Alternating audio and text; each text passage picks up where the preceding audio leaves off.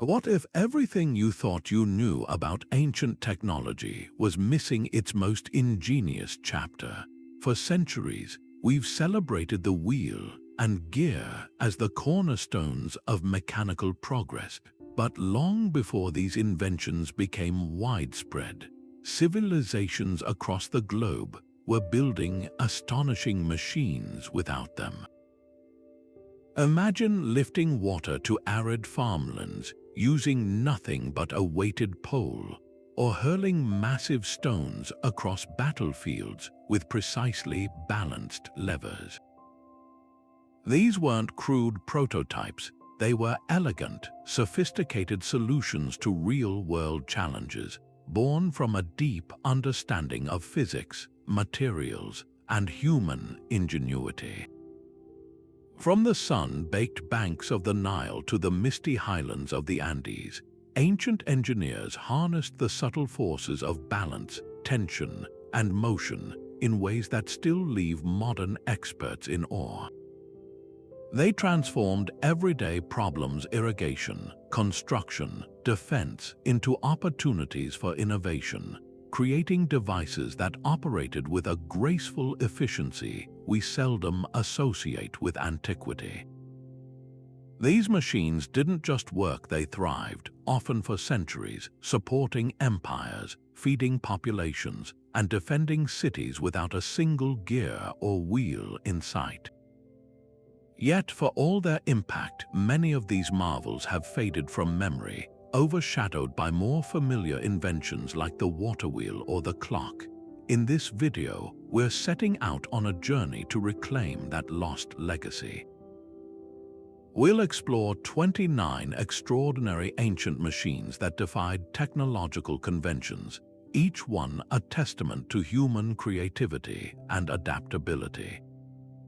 You'll encounter irrigation tools that turned deserts into gardens, siege weapons that could topple walls, and timekeeping instruments that tracked the stars with stunning precision, all achieved through levers, pulleys, counterweights, and sheer cleverness. This isn't just a tour through history, it's an invitation to see the past, and perhaps even our future, through new eyes, because sometimes the most advanced solutions aren't the most complex ones, they're the ones that work in harmony with the world around us.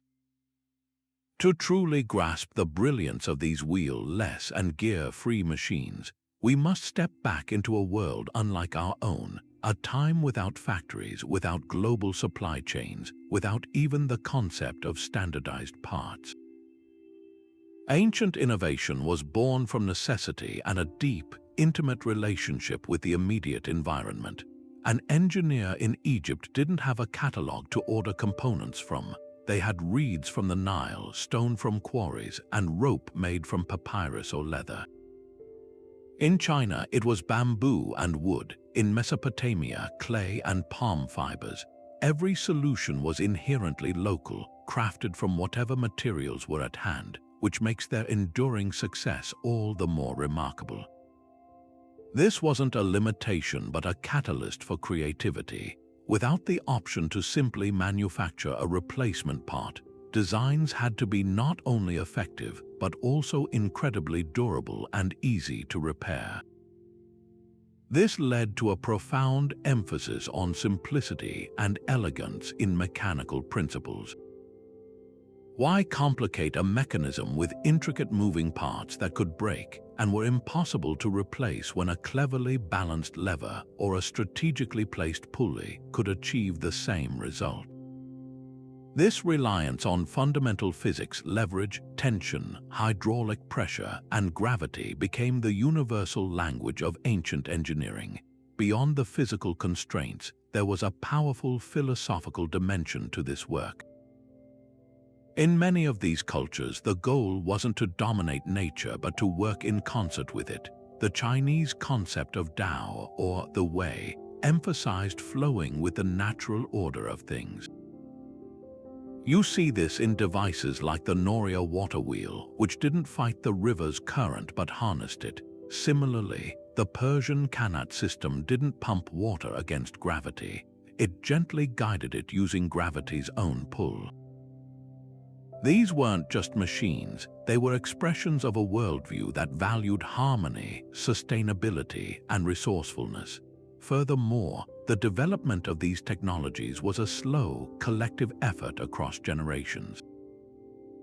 It was built on observational science, meticulously noting how a long pole could lift a heavier weight with less effort, or how twisted fibers could store tremendous energy.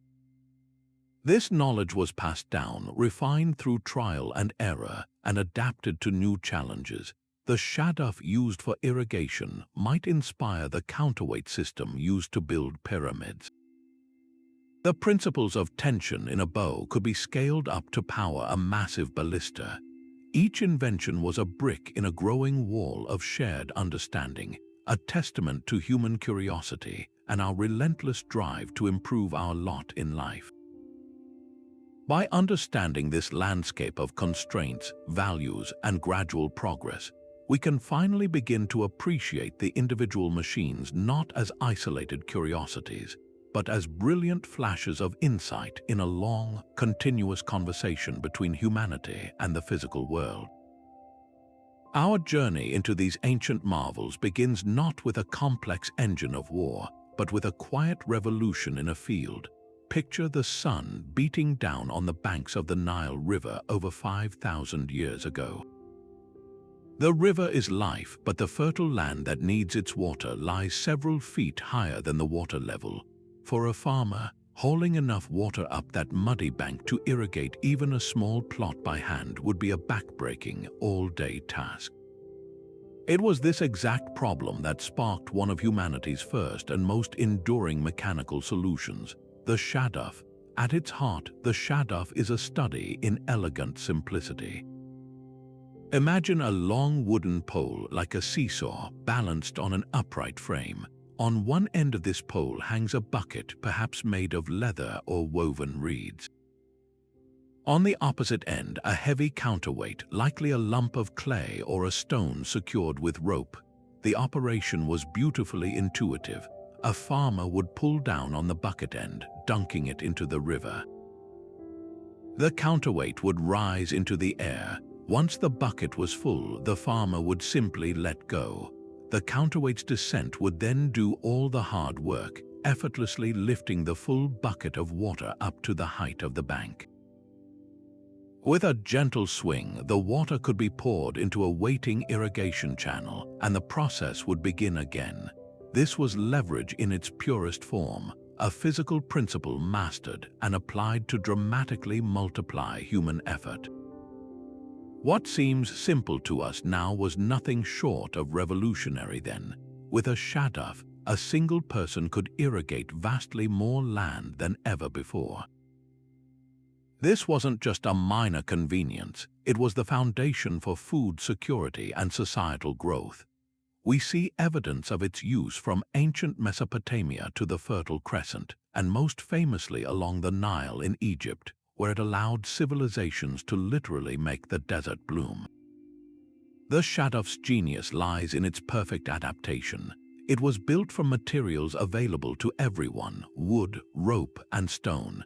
It required no specialized tools or knowledge to repair. It was portable, allowing farmers to move it along the riverbank as needed, and its core principle, the counterweighted lever, became a fundamental building block of engineering. The concept of using a weight to balance a load would echo through centuries, influencing the design of everything from construction cranes to the mighty trebuchets that would later appear on medieval battlefields. The shaduf stands as a powerful reminder that the most impactful inventions are often not the most complex, but the most cleverly attuned to the needs of their time. While the shaduf harnessed the quiet, rhythmic power of a single person to lift water, the Romans set their sights on a far more monumental challenge: moving mountains of stone to build an empire. Their solution was a machine of raw, coordinated human effort, a testament to organizational genius as much as engineering: the Afframe treadmill crane. Imagine the scene at a construction site like the Colosseum. blocks of travertine stone, each weighing several tons, need to be lifted dozens of feet into the air and placed with precision. The Romans couldn't rely on magic or mythical giants. They relied on physics and discipline. At the heart of this operation stood a robust wooden Afframe, a structure as simple as it was strong. Attached to it was a massive, sturdy wheel, not unlike a modern hamster wheel, but built to withstand the power of multiple men walking in unison. Inside this wheel, a team of laborers would tread carefully, their collective steps rotating the entire drum. This rotation acted as a winch, winding a heavy rope attached to a pulley system at the top of the Afframe. As the men walked, the rope would tighten, and through a series of pulleys, the mechanical advantage would multiply their combined strength, allowing them to hoist astonishing weights with a slow, controlled grace. The true brilliance of this crane lay in what it didn't need. There were no intricate gear systems that could strip or jam under immense pressure. The power transfer was beautifully direct. The kinetic energy generated by the men's movement was converted instantly into lifting force through traction and balance. The wheel itself, often lined with wooden slats for grip, was a masterclass in ergonomics, allowing for a steady, sustainable pace that could be maintained for hours. This wasn't just about brute force, it was about optimized human power. The Romans understood that a well-organized team, moving in a continuous loop, was a more reliable and powerful engine than any animal or unpredictable water source. These cranes were the workhorses behind Rome's most iconic structures, the soaring arches of aqueducts, the vast dome of the Pantheon, and the towering walls of the Colosseum itself. Each stone set in place was a silent tribute to the relentless, coordinated march of men inside a wooden wheel, a perfect fusion of simple mechanics and human determination that literally built the ancient world. While the Romans demonstrated the immense power of coordinated human effort, other cultures turned to a far more abundant and tireless source of energy, flowing water itself.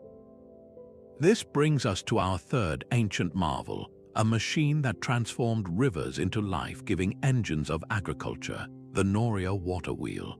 Now, it's crucial to distinguish these early Norias from the more complex, gear-driven water wheels that emerged later in history.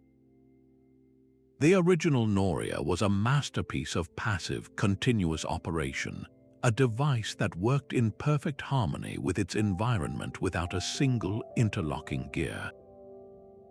Picture a massive wooden wheel, often towering over a riverbank, with a series of clay or wooden pots fastened securely around its circumference. The entire assembly is mounted on a sturdy axle spanning the waterway. As the relentless current of the river pushes against paddles or compartments on the side of the wheel, the entire structure begins to rotate. With a slow, majestic creak, each pot dips into the river, fills with water, and is carried to the very top of the wheel's rotation. There at the apex, the pot tips automatically, pouring its contents into a waiting aqueduct or channel that carries the water directly to the fields. This process never stops. Day and night, the river's own energy is harnessed to lift water to where it's needed most, providing a constant, automated irrigation system that required no fuel and minimal maintenance. Originating in the Middle East around 200 years before the Common Era, the Noria became the backbone of agriculture in regions like Syria and Spain, where some of these magnificent wheels, known as Norias of Hama, still stand today as silent witnesses to ancient ingenuity. Some variations did employ animal power or even human labor to turn the wheel in slower moving waters, but the core principle remained gloriously simple. By avoiding complex gearing, these machines were incredibly durable and could be repaired by local carpenters with basic tools and materials. The Noria stands as a profound example of early renewable energy technology. It didn't extract from the environment, It collaborated with it, using the river's natural flow to sustain life and enable communities to flourish in otherwise challenging landscapes. This was not about conquering nature, but about listening to its rhythm and finding a way to join the dance.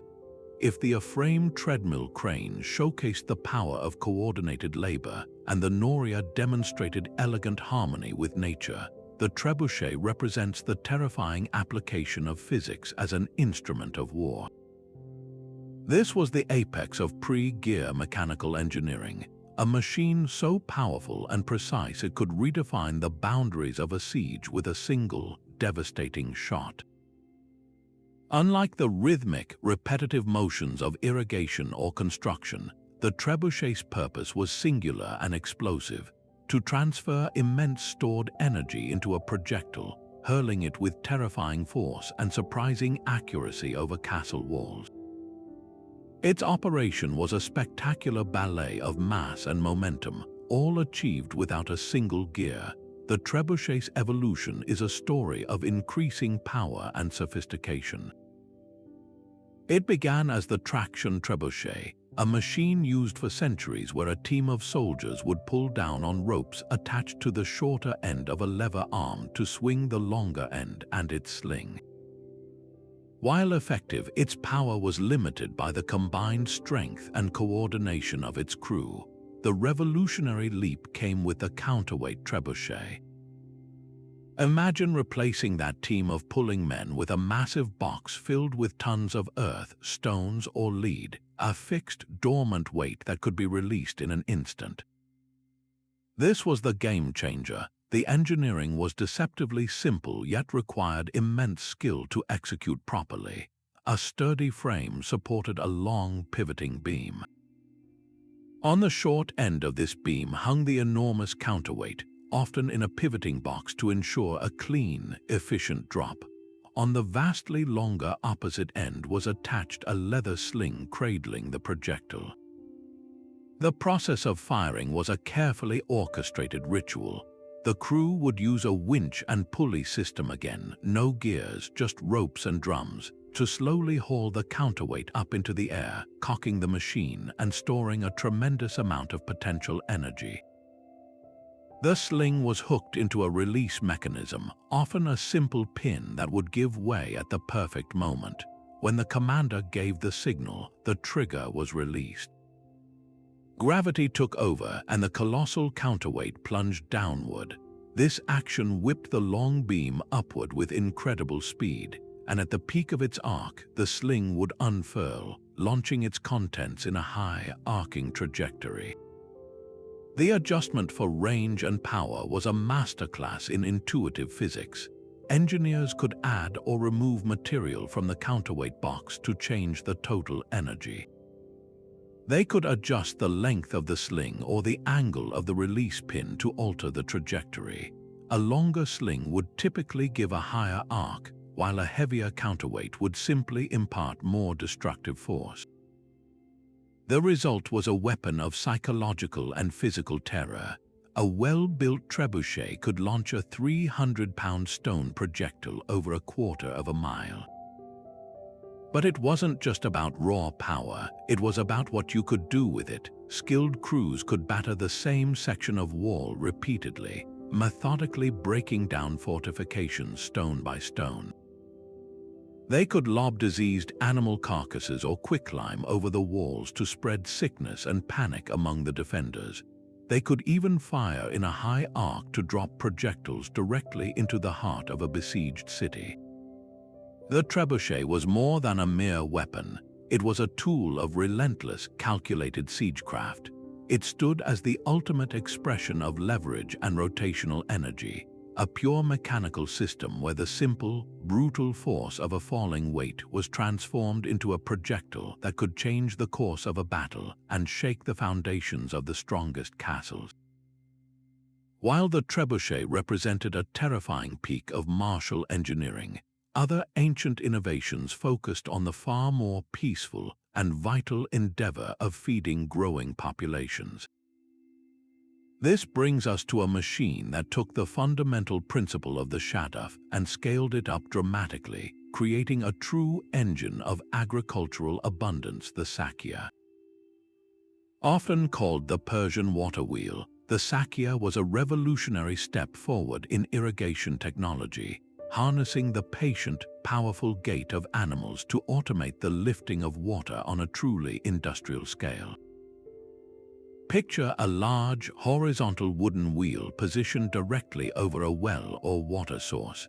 Attached to its circumference is a continuous loop of rope or a chain to which a series of clay pots are fastened. This entire assembly is connected to a vertical wheel, which is itself turned by a long wooden arm, and here is the brilliant, simple heart of the machine.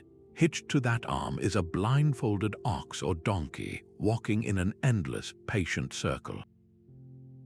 With every step the animal takes, it rotates the vertical wheel, which turns the horizontal wheel, dragging the pot-lined rope in a continuous cycle. At the bottom of its path, each pot dips below the water's surface and fills up. As the wheel turns, the full pot is carried to the top and then tipped automatically, emptying its precious contents into a stone irrigation channel that directs the water to the fields. The system then repeats itself, pot after pot, hour after hour, with a steady, rhythmic reliability that no human-powered device could ever match. The sheer efficiency of this direct drive system was its greatest strength. Unlike later machines that might use gears to change the direction or speed of rotation, the Sakya transferred the animal's circular motion directly to the lifting mechanism through axles and ropes. This meant there were far fewer moving parts to break or maintain. A local farmer or carpenter could build and repair a Sakya with readily available materials, wood, rope, and clay. The use of animal power was a masterstroke of resource management. A single beast of burden could now do the work of dozens of people, freeing up immense human labor for other crucial tasks like planting, harvesting, and building. This continuous, automated operation was a game-changer for communities living in arid and semi-arid regions. It allowed for the cultivation of much larger tracts of land and could support the irrigation of water-intensive crops, which in turn could sustain larger, more concentrated populations and fuel the growth of towns and cities. The Sakya's influence spread far beyond its Persian origins, becoming a cornerstone of agriculture across the Middle East, North Africa, and even into parts of Europe and Asia. It stands as a profound example of how ancient societies learned to effectively harness and amplify the power of domesticated animals, not just for transportation or plowing, but to create a self-sustaining hydraulic system that turned previously marginal lands into verdant, productive breadbaskets.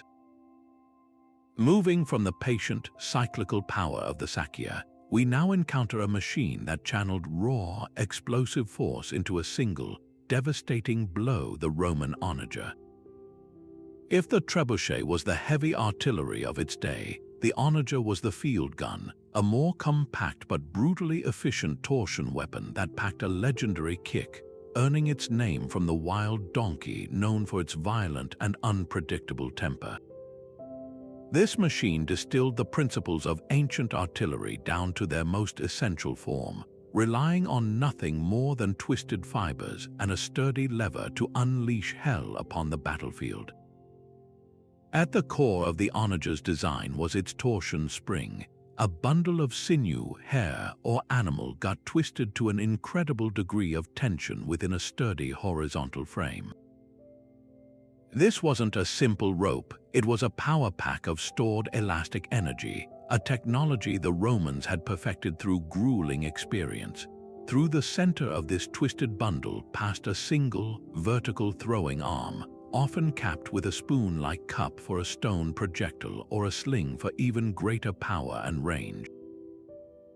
To ready the weapon for firing, a small crew would use a windlass, a simple hand-cranked winch, to hold down the throwing arm against the immense resistance of the torsion spring, ratcheting it into a horizontal position where it was secured by a locking mechanism.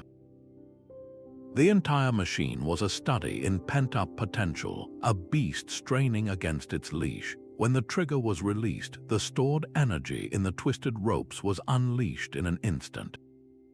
The throwing arm snapped forward with terrifying speed and force, slamming against a huge, padded buffer beam positioned across the frame. This sudden stop transferred all the energy into the projectile, launching it in a high, arcing trajectory towards its target. The resounding thwack of the arm hitting the buffer was so loud and distinctive it reportedly gave soldiers advance warning of the incoming shot. The genius of the Onager lay in its tunability. An experienced artillery crew could adjust the range and impact force with remarkable precision, not by adding gears or wheels, but by simply twisting the ropes tighter for more power or loosening them for a shorter throw. They could also change the angle of the entire frame or the weight of the projectile to fine-tune the shot. This made the Onager incredibly versatile on the Roman battlefield. It could be used to smash through wooden palisades and light fortifications, to clear enemy battlements of defenders with well-placed barrages, or to hurl incendiary projectiles to cause chaos and fire behind enemy lines. Its relatively compact size compared to larger stone throwers meant it could be transported with a marching army and assembled quickly where needed, providing the legions with their own mobile firepower. For centuries, the Onager remained a staple of Roman military engineering, a testament to their profound understanding of material science and energy storage. It demonstrated that the most fearsome power didn't always come from the biggest machine, but from the most efficiently harnessed force. If the Onager represented the terrifying application of stored torsion power, the Gastrophies marked a more personal, yet equally revolutionary, leap in weapons technology. This ingenious device, whose name literally translates to belly bow, represents one of the earliest known attempts to mechanically augment human strength for projectile weaponry, creating a bridge between the simple hand-held bow and the massive artillery that would dominate future battlefields. Its invention is often credited to Greek engineers in Syracuse around the 4th century before the Common Era, a period of intense military innovation. Picture a weapon that looks familiar yet strangely alien, a heavy composite bow mounted horizontally on a wooden stock that extended backward like a modern rifle butt. But the true genius of the Gastrophies lay not in its bow, but in its revolutionary cocking and triggering mechanism, a system that required no wheels or gears yet introduced a profound mechanical advantage. The operation was a two-step process of elegant, brute force engineering. First, the user would place the weapon on the ground and lean their full body weight into it, pressing their stomach against a curved, concave rest at the end of the stock. This belly action gave the weapon its name. With their torso providing stability and downward force, the shooter would then grab a sliding rail, which held the bowstring, and push it backward along the stock, compressing the powerful composite bow. This was the critical innovation. A traditional bow requires the archer to hold the string at full draw using their own muscle power, a feat of strength that can only be maintained for a few seconds, leading to fatigue and aiming instability. The Gastrophies completely eliminated this limitation. Once the bow was fully drawn, a simple but effective trigger mechanism, likely a rotating nut and sear system, would catch and hold the string, locking that immense energy in place. The user could then stand, aim carefully without any muscular strain, and fire with a gentle squeeze of the trigger lever. This system allowed for the use of a far more powerful bow than any human could possibly draw and hold by hand. The projectile, a heavy arrow or bolt, was launched with significantly greater velocity, force, and accuracy over a longer distance than any conventional bow of the time. The impact of this invention cannot be overstated.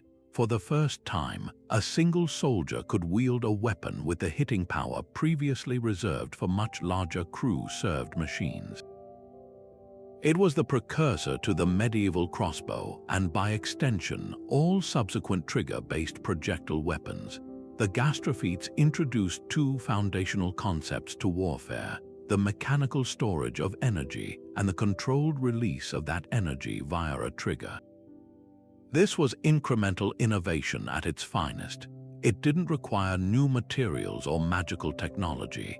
It was a brilliant rearrangement of existing principles: leverage, stored energy, and precise release into a radically new and more effective form.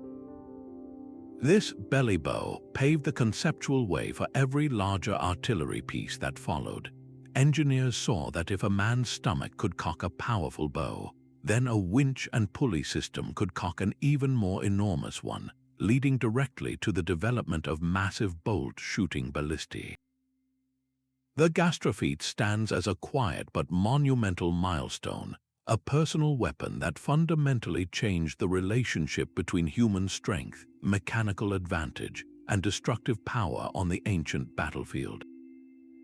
From the explosive release of the Gastrophies, we now turn to a machine of profound stillness and silent observation, the Egyptian Merkitt.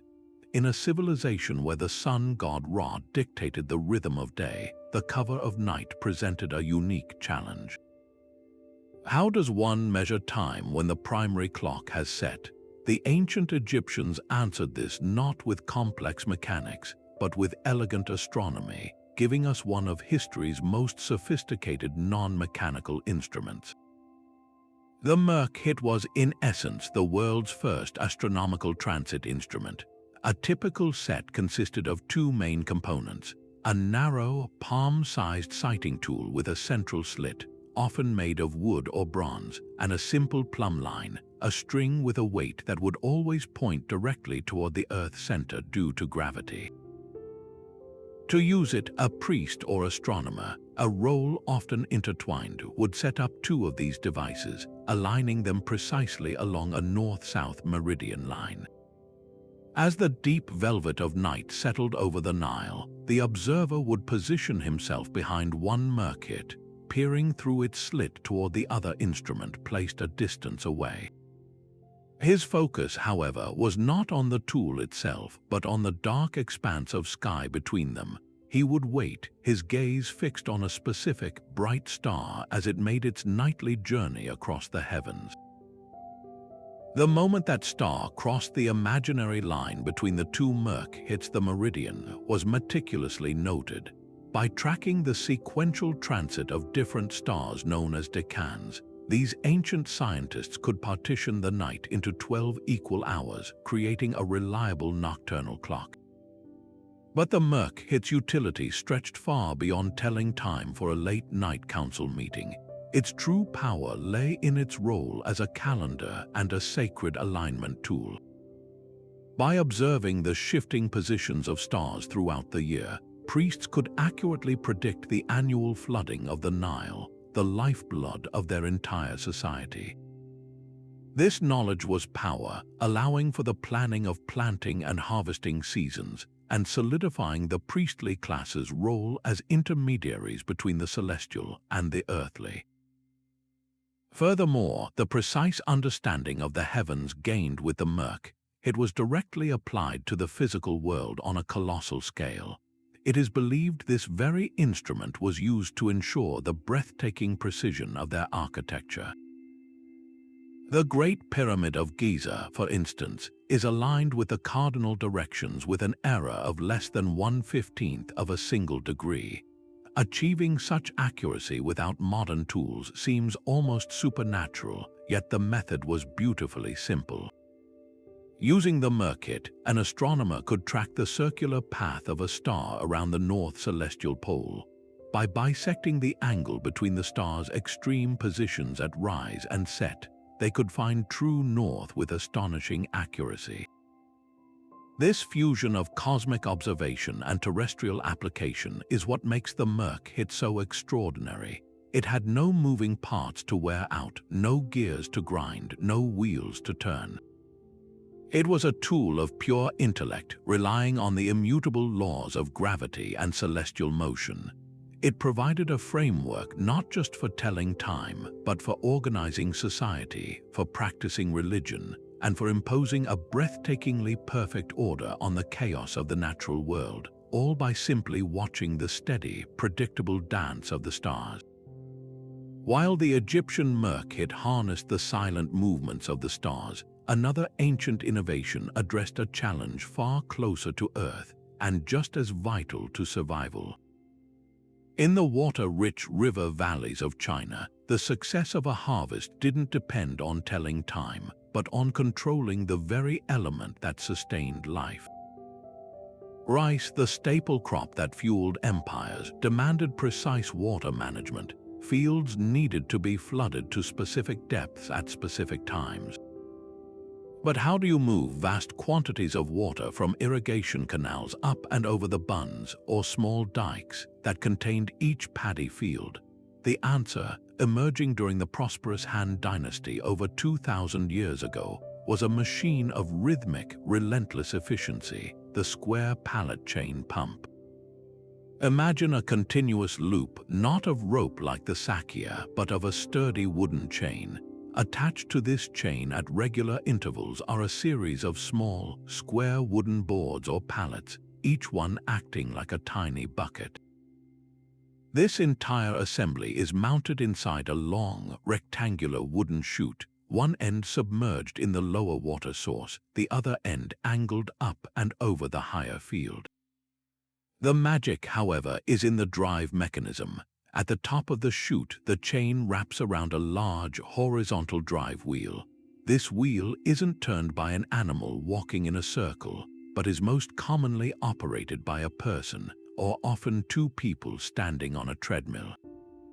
They would step steadily on the pedals of this treadmill, their walking motion rotating the drive wheel through a simple crank and axle system. As the wheel turns, it pulls the chain of square pallets upward through the wooden chute. Each pallet, as it reaches the bottom of the chute, scoops up a precise amount of water. The close fit between the pallet and the chute walls prevents most of the water from leaking out as it is carried to the top. Once a pallet reaches the apex of the drive wheel, it tips over, gracefully pouring its contents into the waiting field before continuing its loop back down to the bottom to begin the process again. The result is a continuous, cascading flow of water, lifted effortlessly from a lower canal to a higher terrace. The beauty of this design was its brilliant use of a chain mechanism to achieve what might otherwise have required complex gearing.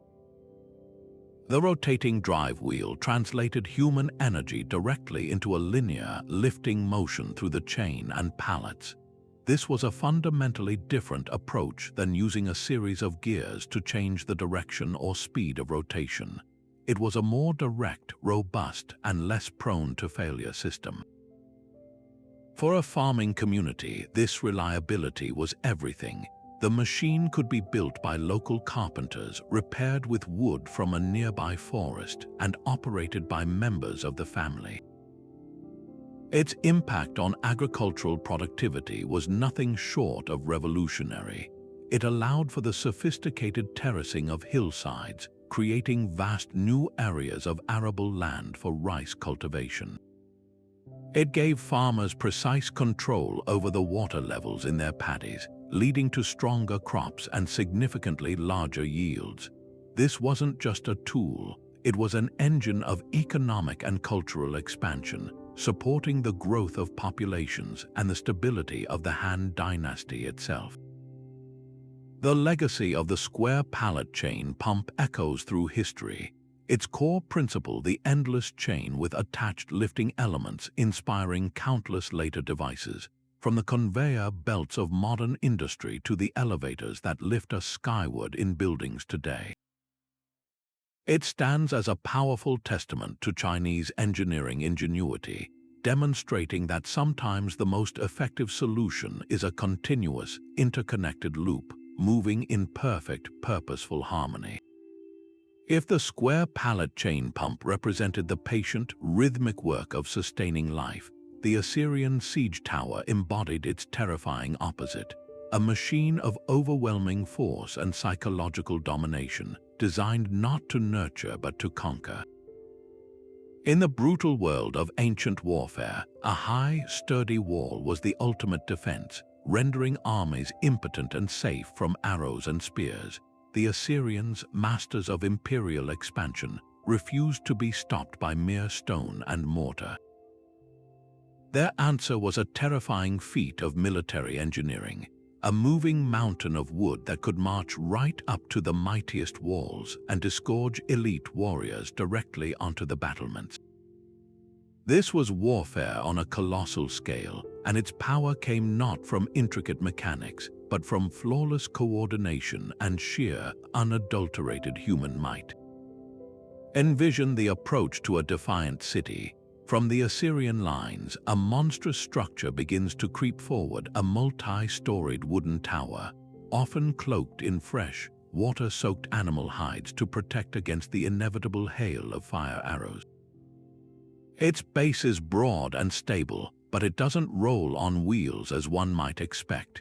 Instead, it glides forward on a bed of smooth, greased logs rollers that are constantly carried from the back to the front by a dedicated team of laborers, creating a continuous, crude but effective conveyor belt. The primary engine for this behemoth is the muscle and sweat of dozens, sometimes hundreds, of soldiers pushing from within and behind, heaving in unison to overcome immense friction and terrain. The sound would have been deafening, the groaning of massive timbers, the shouted commands of officers, the constant shuffle of men and logs, all under a relentless shower of projectiles from the defenders above. But the exterior movement was only half the story. Inside this mobile fortress was a world of controlled chaos. The tower was a vertical assault platform, essentially a building on the move. Wooden ladders or ramps connected its multiple internal levels, each one packed with Assyria's finest. On the lower floors, infantrymen waited with grim anticipation, their weapons ready for the moment they would storm out. On the upper levels, shielded archers and javelin throwers provided suppressing fire from behind protective wooden panels, raining death down upon the defenders on the walls, trying to clear a path for the assault. Often, the very top of the tower would feature a drawbridge, a hinged ramp that could be dropped onto the enemy's wall at the critical moment, creating a direct, horrifying bridge from the tower directly onto the battlements. In some designs, the ground floor even housed a heavy battering ram, its swinging head protected within the tower's frame, allowing it to pound at the base of the wall while the assault proceeded above. The success of the entire operation hinged on two factors: protection and synchronization. The fire-resistant hides were a simple yet vital innovation. Without them, the tower was a giant tinderbox. The use of rollers instead of wheels was another masterstroke of practical engineering. Wheels large and strong enough to support such a structure would have been a technological nightmare to build and transport. Rollers could be made from any sturdy tree and replaced on the spot, but the most crucial component was the disciplined, coordinated effort of the crew. Every push, every rotation of a log, every step forward had to be perfectly synchronized under the extreme duress of combat. A single misstep could see the entire structure bog down or become stuck, making it a stationary target. The Assyrian siege tower was therefore less a machine in the mechanical sense and more a temporary, mobile institution, a testament to logistical planning, raw courage, and the terrifying ability of an ancient army to bring the battlefield directly to the one place the enemy felt safe. While the Assyrian siege tower was a terrifying spectacle of force moving across the landscape, one of history's most brilliant water management systems was being created in silence, entirely hidden from view. In the arid plateaus of ancient Persia, the challenge wasn't breaching walls, but surviving in a land where surface water was a fleeting luxury. The solution, emerging over 3,000 years ago, was a breathtaking feat of subterranean engineering that turned the desert itself into a life-giving resource, the Kanat. This was not a machine with moving parts, but a meticulously crafted artificial aquifer, a slow, silent river guided through the earth by human genius and the unwavering pull of gravity. The process began with a master surveyor, known as a mukani, identifying a life source hidden deep underground, a water-bearing layer of rock or sediment at the foot of a mountain, fed by distant snowmelt or rainfall.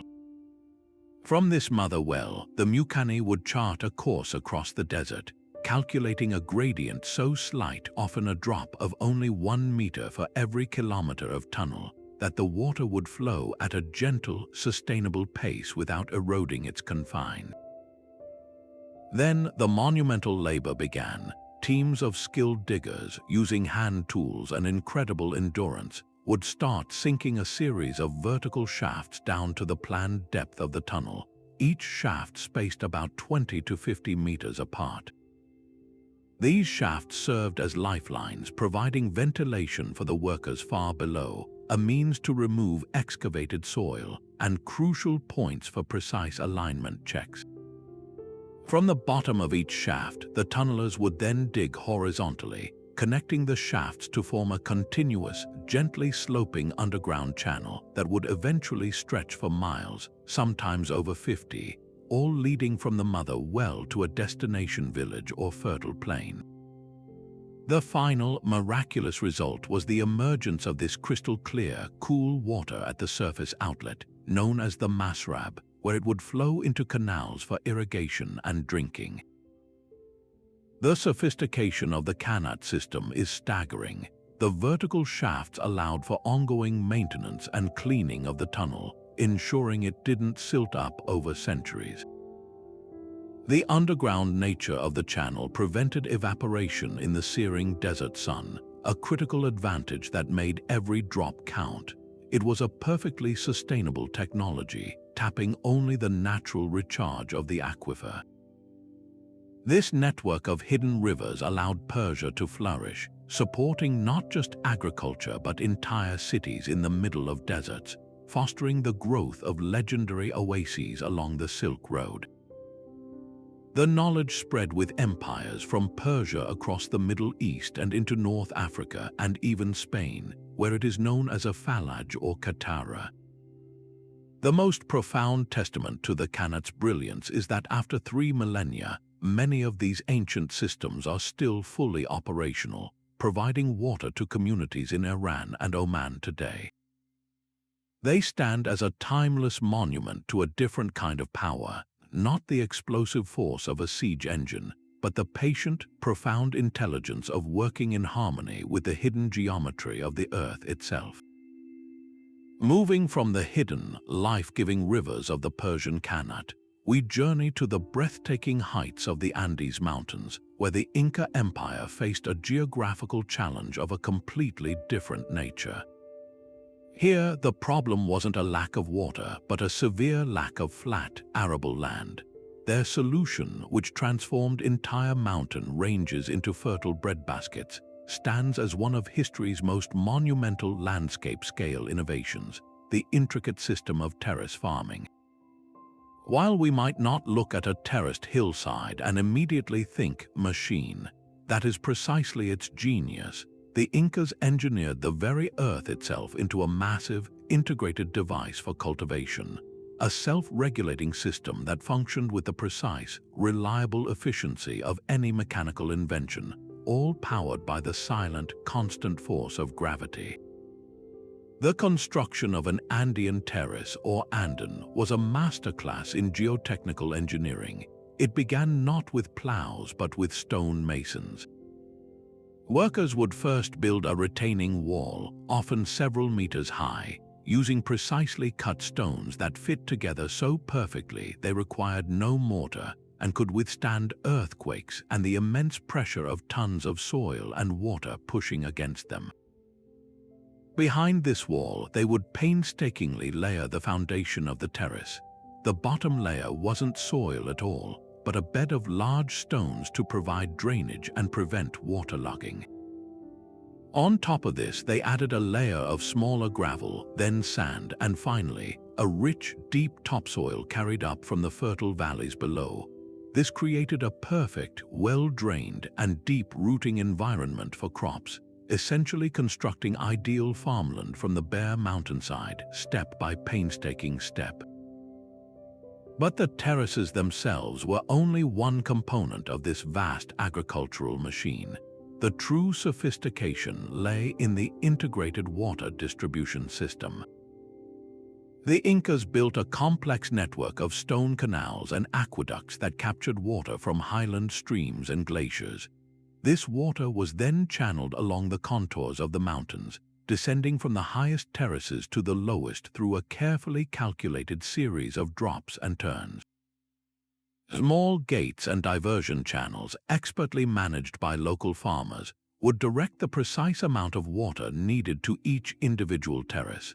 The water would soak the soil, and any excess would simply drain through the stone layers and be carried down to the next level, ensuring every drop was used and not a single plant was drowned.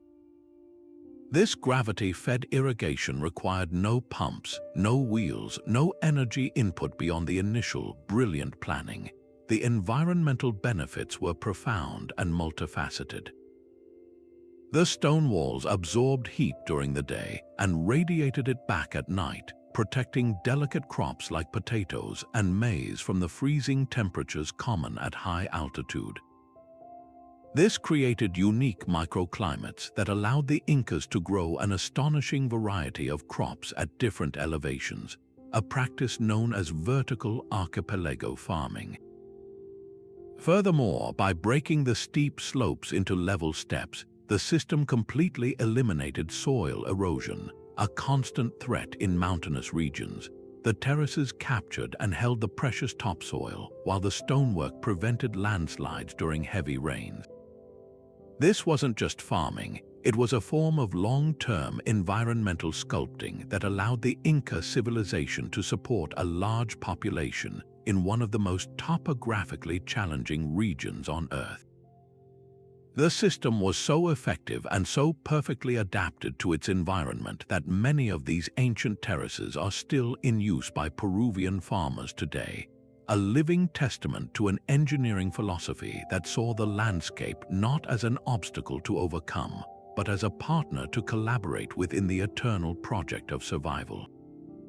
While the terraced mountains of the Incas functioned as a grand, landscape-scale machine for agriculture, another ancient invention tackled the challenge of moving water on a more intimate, yet brilliantly efficient level. This device is so iconic that its name has become synonymous with ingenuity itself, often credited to the legendary Greek mathematician Archimedes, though evidence suggests it was in use for centuries before his time, particularly along the Nile. We're speaking, of course, of the Archimedes screw. Now, it's crucial to clarify a common misconception.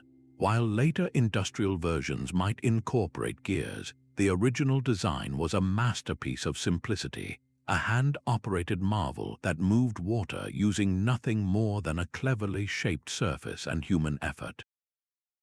Picture a massive wooden tube, often made from a hollowed-out log, wrapped around a central shaft.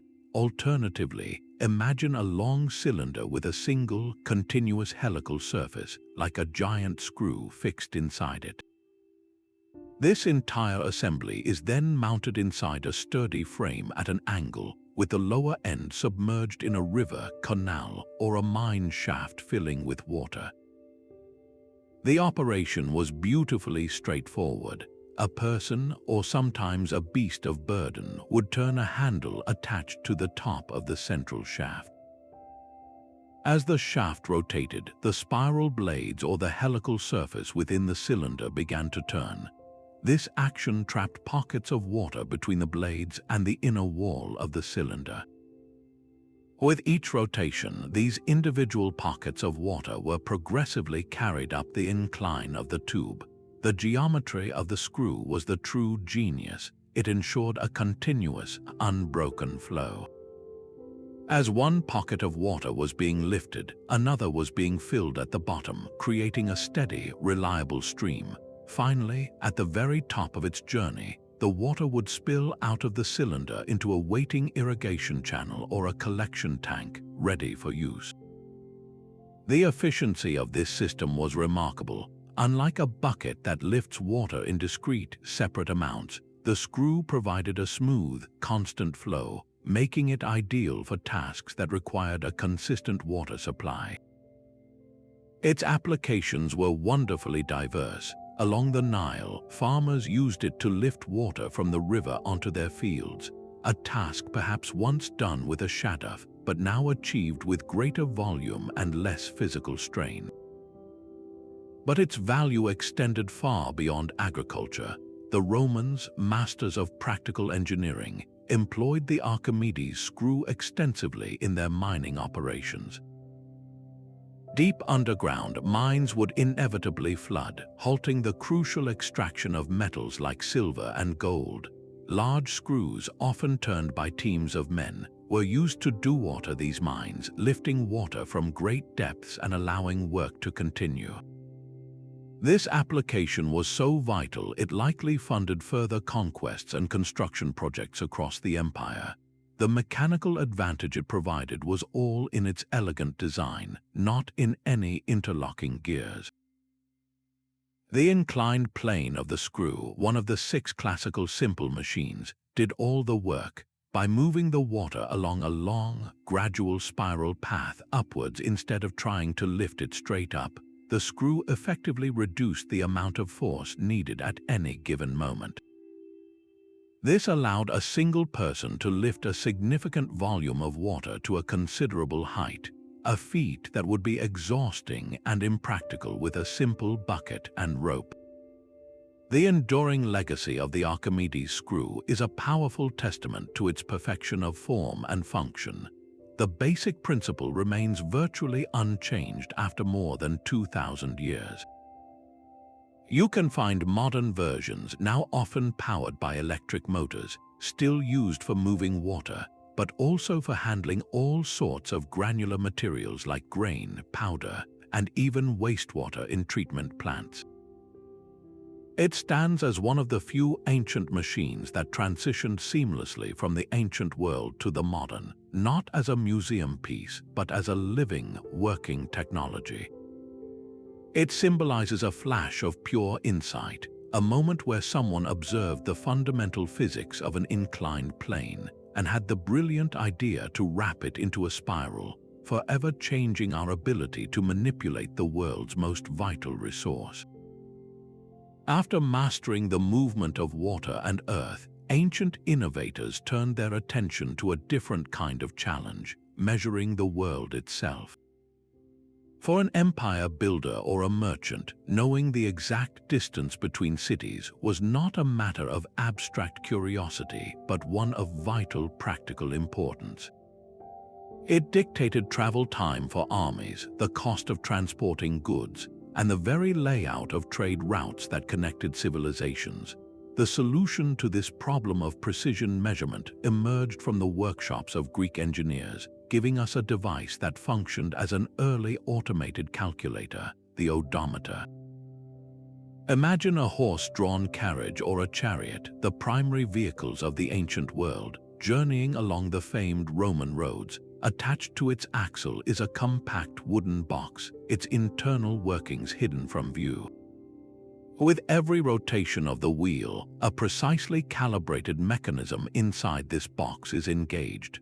While later, more complex Roman versions are known to have used a sophisticated series of gears, the earliest Greek iterations, as described by scholars like Heron of Alexandria, likely achieved the same result through a brilliantly simple system of levers, cams, and sliders. The principle was one of cumulative counting. The device was designed so that after a specific number of wheel rotations corresponding to an exact unit of distance like a Greek stadion or a Roman mile, a trigger was released. This trigger might have been a lever bumped by a protruding peg on a turning drum, or a slider that reached the end of its track. This action would then release a single, small stone or a bronze ball from a hopper. The pebble would drop with a distinct clink into a waiting metal or ceramic container mounted inside the carriage. The traveler could then simply listen for the sound or periodically check the container. The number of pebbles collected represented the total distance traveled in miles. The calibration was the true stroke of genius. Engineers would have needed to know the exact circumference of the wheel to which the odometer was attached. By calculating how many full rotations of that specific wheel were required to cover 1 mile, they could painstakingly set the internal mechanism to trip exactly once per mile. This process transformed the endless, repetitive turning of a wheel into a discrete, countable unit of measurement. The implications of this invention for logistics were profound.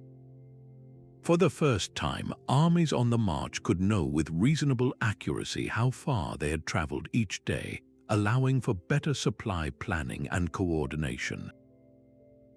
Agrimensors, the Roman land surveyors, could use odometer readings to create astonishingly accurate maps and charts for taxation and land distribution. Merchants could calculate freight costs based on actual distance rather than rough estimates, bringing a new level of economic efficiency to long-distance trade.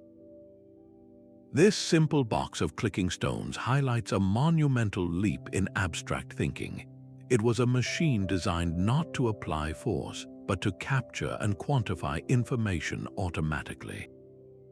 It took a continuous analog motion, the turning of a wheel, and digitized it into individual, countable units.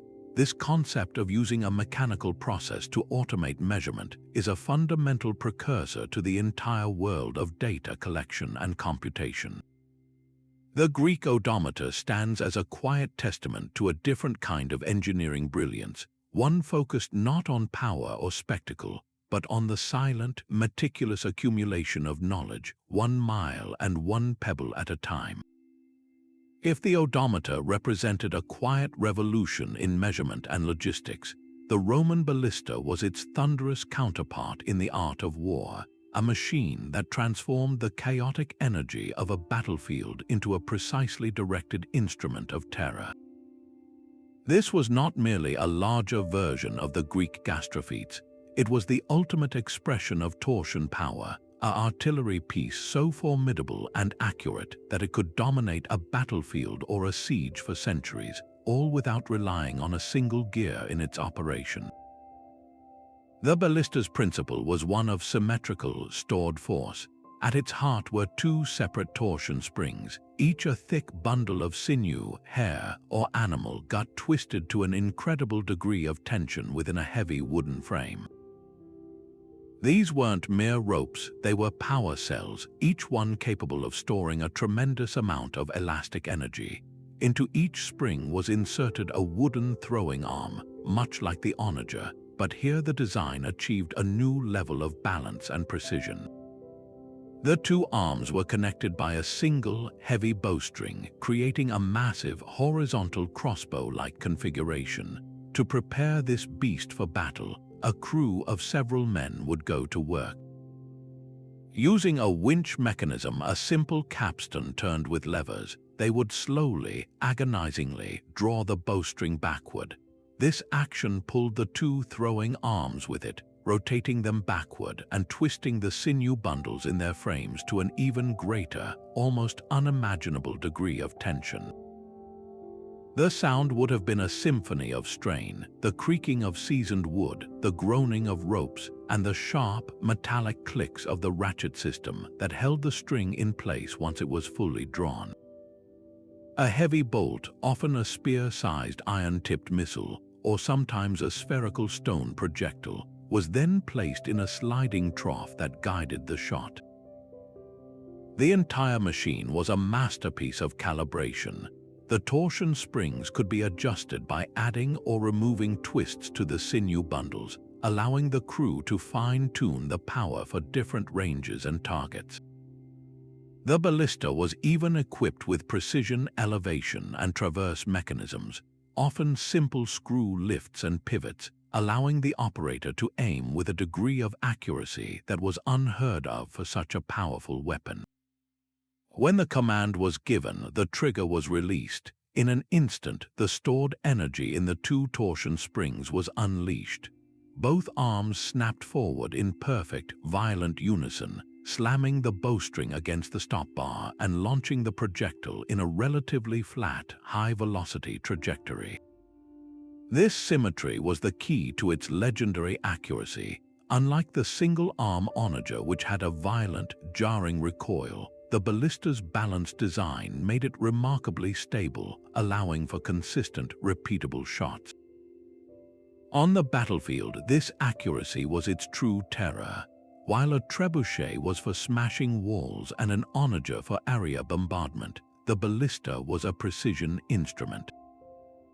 It could be used to snipe key individuals from a fortress rampart, to clear a specific section of a defensive wall of archers, or to unleash volleys of heavy bolts that could penetrate enemy shields and armor formations with devastating effect.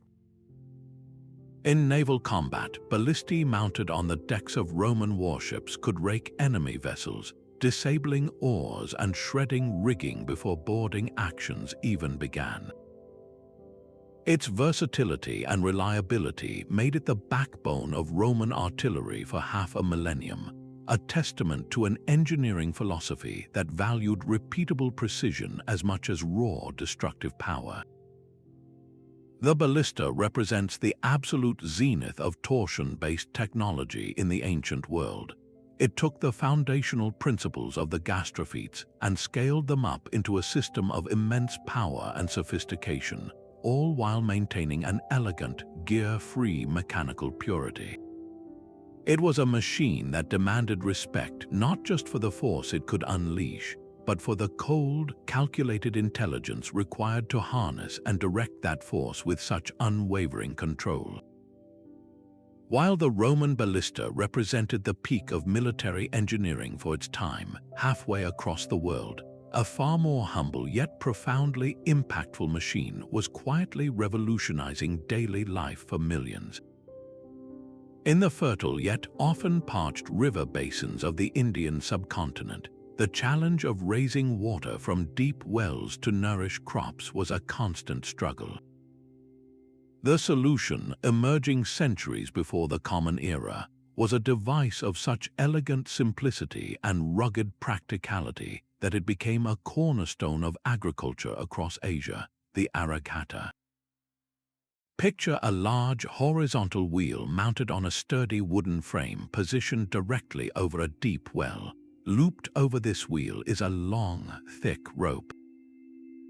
Attached to this rope at regular intervals is a series of earthenware pots or leather buckets. The driving force for this system could be one of two sources, human or animal. In its most common form, a blindfolded bullock or water buffalo would be hitched to a long arm extending from the wheel. As the animal walked in its endless, patient circle, it turned the horizontal wheel, which acted as a windlass, coiling the rope and drawing the line of buckets upward from the depths of the well.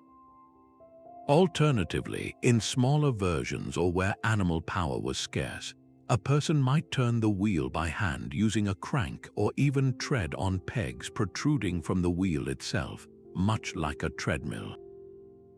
The mechanics were beautifully direct. As the wheel turned, each full bucket was lifted to the top, where it would automatically tip its contents into a waiting irrigation channel before continuing its journey back down into the well to be refilled. This created a continuous, cyclical flow of water with a rhythmic, creaking cadence that became the soundtrack to rural life across the region. The genius of the archaeological was not in its complexity, but in its perfect adaptation to its environment and its users. It was built entirely from local, renewable materials, wood from nearby trees, rope woven from coconut coir or jute, and pots crafted by local potters. This meant any village carpenter could build one, and any farmer could repair it without needing specialized tools or knowledge. There were no precision gears to carve or metal parts to forge and maintain. It was a machine that belonged entirely to the agrarian world that created it. This accessibility democratized irrigation technology, putting it within reach of individual families and small landholders, not just large state-sponsored projects. This very simplicity became the key to its widespread diffusion, as the concept of the arakatta traveled along the bustling trade routes of ancient Asia following the paths of merchants, monks, and migrants. It proved incredibly easy to adapt. In different regions, the basic design was modified to suit local conditions. The type of buckets changed based on available materials. The power source shifted between oxen, water buffalo, or humans depending on cultural practices and resources, and the scale was adjusted from small family wells to larger communal installations. It was adopted and adapted across Southeast Asia, into China, and through the Middle East, with each culture adding its own slight improvements while retaining the core principle. This journey makes the arakatta a powerful case study in technological diffusion. It wasn't a secret, closely guarded invention, but an open-source technology whose value was immediately apparent and whose design was easily replicable. Its spread wasn't driven by imperial decree, but by practical necessity and the observable proof of its success. A farmer seeing a neighbor use an arakatta to easily water a field that was once backbreaking labor could understand its principle at a glance, and with the help of the local carpenter, have one built by the next season. The arakatta, therefore, stands for more than just a method of lifting water. It represents the very essence of shared human ingenuity. It shows how a simple, robust idea, born from the need to solve a universal problem, can transcend its origins, spreading and evolving through cultural exchange to become a vital tool for countless communities, binding them together in a common pursuit of survival and prosperity. Moving from the rhythmic, cyclical work of the arakatta, we now encounter a machine so conceptually advanced that it seems to defy its own ancient origins, a device that functioned as a mechanical compass, an analog computer, and a profound symbol of imperial authority. The Chinese south-pointing chariot stands as one of history's most captivating intellectual puzzles, a sophisticated navigation instrument that reportedly maintained its bearing no matter how the chariot carrying it turned or twisted. For centuries, it was celebrated in legend and historical texts, often described as an ornate carriage topped with a figure of a man whose outstretched arm perpetually indicated true south, guiding emperors and generals through featureless deserts and fog-shrouded battlefields. The common assumption, fueled by later medieval reconstructions, is that this marvel was achieved through an intricate system of gears. However, the earliest versions, lost to time and described in tantalizing fragments, may have operated on a completely different and arguably more ingenious principle, a differential mechanism governed by levers, weights, and feedback, not unlike the principles behind a modern gyroscope. Imagine the scene, a majestic chariot part of a vast imperial procession, making its way through difficult terrain. The road winds, the chariot turns, yet the figure on top remains eerily constant, its arm unwavering in its southern orientation. How could this be possible without any electronic sensors or magnetic compasses?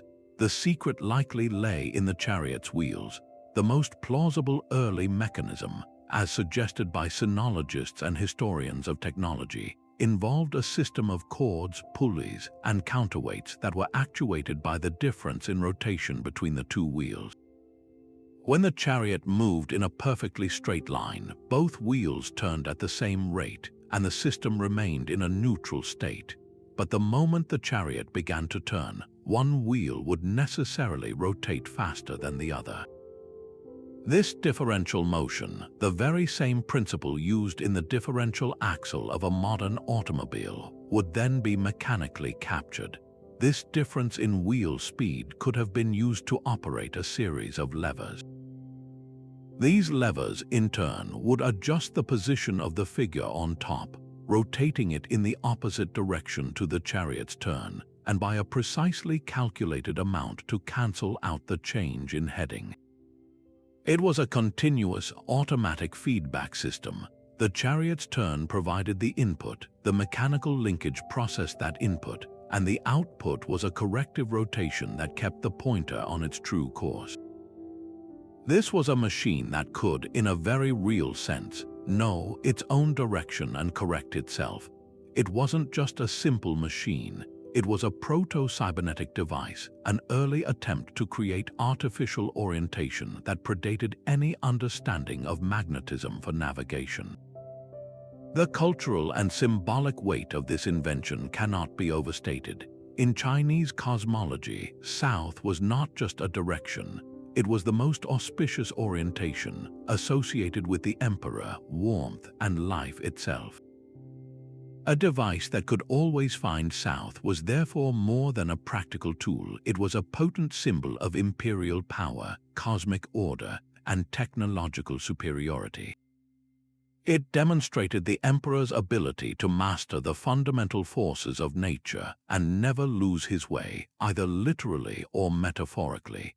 Its reported use in military campaigns added to its legendary status, a general who could never be disoriented, even in the chaos of battle or the featureless expanse of the northern frontiers, held a significant psychological advantage. The true fascination of the south-pointing chariot lies in its ambiguity. Unlike a Shaduff or a ballista, whose mechanics are clear and reproducible, the chariot's original design remains an enigma. Later Chinese inventors from the Three Kingdoms period onward did create working models using complex gear trains, and these are the designs most often replicated in museums today. But the very earliest accounts hint at a different, perhaps even more elegant, solution. This ambiguity makes the chariot a powerful reminder that ancient innovation wasn't a single, linear path. It was a landscape of parallel ideas, of brilliant dead ends and forgotten technologies that were so advanced they blurred the line between mechanics and magic. It exemplifies a level of abstract thinking about feedback, control systems, and automation that we typically associate with a much more recent era, proving that the ancient world's mechanical genius was not just about harnessing power, but about capturing information and using it to create machines that could truly think for themselves. While the south-pointing chariot represents a pinnacle of abstract mechanical thought, the next machine on our list brings us back to the most tangible and monumental of physical challenges, moving mountains of stone to touch the sky. The construction of the Egyptian pyramids remains one of humanity's most enduring and awe-inspiring achievements, a feat that has sparked endless debate and wonder. How did a civilization without pulleys, without iron, and without the wheel manage to lift millions of multi-ton limestone blocks hundreds of feet into the air with such breathtaking precision? Among the many theories, one of the most compelling involves a system of brilliant simplicity and brute force physics, the Egyptian counterweight lift. Imagine the scene at Giza around 2,500 years before the Common Era. The Great Pyramid is rising tier by tier. At the current working level, a massive wooden Afframe or a sturdy inclined ramp system has been erected. Hanging from it is a simple yet robust pulley, though not a pulley as we know it with a grooved wheel. Early Egyptian pulleys were likely just smooth, lubricated logs over which ropes could slide, still providing a vital mechanical advantage by changing the direction of force. The real innovation, however, was in the application of balance. A heavily laden sledge carrying a 2.5-ton block of Chora limestone is positioned at the base of the ramp. Attached to it is a long, thick rope made of papyrus or hafa grass, incredibly strong when woven into cables, which passes over the pulley at the top of the structure. On the other end of this rope, hanging down the opposite side, is a large wooden platform filled with stones, the counterweight. The process was a carefully orchestrated ballet of equilibrium. Workers would begin loading this platform with heavy stones, gradually increasing its mass. The goal was not to simply overpower the stone block below, but to achieve a delicate balance. When the counterweight's mass nearly matched the weight of the sledge and its stone cargo, the system would be poised in a state of near-perfect equilibrium. At this critical point, a surprisingly small amount of human effort, a few men pulling on auxiliary ropes or using levers, could provide the final nudge needed to overcome friction and inertia. The heavier counterweight would then begin its controlled descent, and in doing so, it would pull the massive stone block smoothly and steadily up the incline. This system transformed an impossible lifting task into a manageable lowering task. The workers weren't hauling the stone up, they were essentially guiding the descent of the counterweight, which did all the heavy lifting for them. Once the block reached the desired height, it could be unloaded, and the now empty counterweight platform, being much lighter, could be easily hauled back up by manpower or animal power to be reset for the next lift. The organizational genius behind this system cannot be overstated. This was not a matter of a few clever engineers, it was a logistically staggering enterprise. Teams of workers would have been dedicated solely to managing the counterweights, quarrying the stones, loading them into the platforms, and securing them. Others were needed to constantly manufacture and maintain the immense quantities of rope required, a major industry in itself. The coordination required to have the right counterweight ready at the right time, on a construction site buzzing with thousands of workers moving hundreds of blocks, speaks to a level of administrative sophistication that rivals the engineering marvel itself. The counterweight lift was more than just a machine. It was the heart of a perfectly synchronized operational system. It underscores a fundamental truth about these ancient mega projects. Their success relied just as much on brilliant management and the division of labor as it did on physical ingenuity. This elegant application of balance and mechanical advantage allowed the Egyptians to achieve the seemingly supernatural, building monuments that would stand as a testament to human capability for millennia, all through the simple, powerful principle of equal and opposite force. If the Egyptian counterweight lift represents the pinnacle of practical, applied engineering, the Greek eolipile stands at the opposite extreme, a breathtaking leap of theoretical imagination that seemed to have no practical use at all, yet revealed a fundamental truth about the universe that would lay dormant for nearly 2 millennia.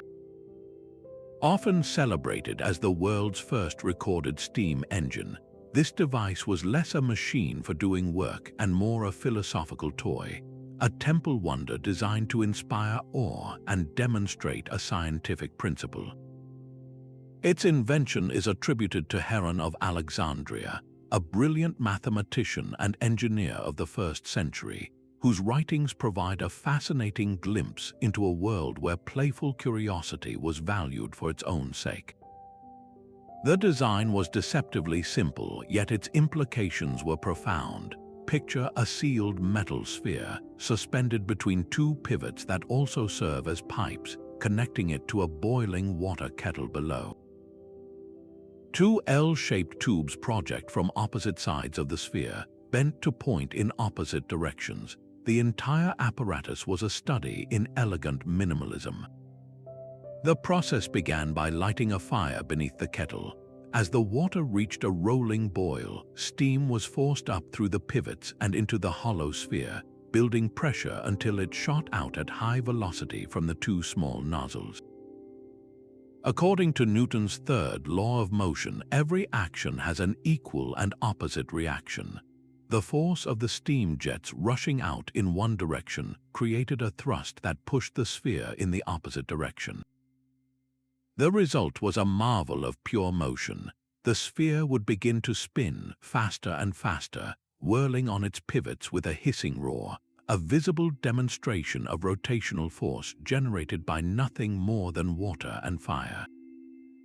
This was jet propulsion and the principle of the reaction turbine, concepts that would not be harnessed for practical purposes until the invention of the steam turbine in the late 19th century and the jet engine in the 20th. Heron himself seemed to view the Eolipile not as the foundation for an industrial revolution, but as a fascinating wonder, a clever demonstration for temples or the homes of the wealthy. In a culture that relied overwhelmingly on human, animal, and water power, the raw potential of steam had no obvious application. The device was too fragile, too fuel inefficient, and produced a rotational force that was tricky to harness for any practical task like grinding grain or pumping water. It remained a captivating curiosity, a symbol of intellectual prowess rather than a tool for economic change. And yet, its very existence forces us to ask a haunting historical question: what if? The ancient Mediterranean world possessed all the necessary components for a rudimentary industrial revolution: metalworking, precision craftsmanship, and now, a working model of a steam engine. The missing ingredients were not technological, but perhaps social and economic. There was no pressing need to replace abundant slave labor with machinery, no cultural drive toward industrialization, and no scientific framework that connected this spinning sphere to a broader theory of energy conversion that could be systematically exploited. The Eolipile thus stands as a poignant monument to a path not taken, a brilliant flash of insight that failed to catch fire and transform its world. It is a powerful reminder that technological progress is not a straight, inevitable line.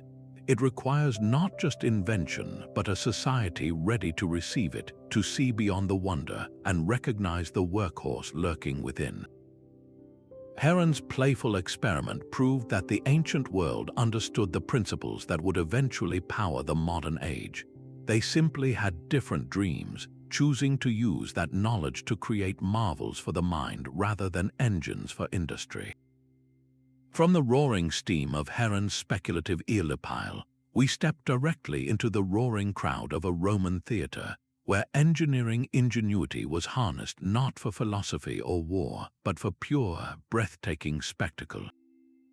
Here, amidst the masked actors and echoing verse, a different kind of machine took center stage, one designed to suspend disbelief and manufacture wonder: the Roman scissor lift.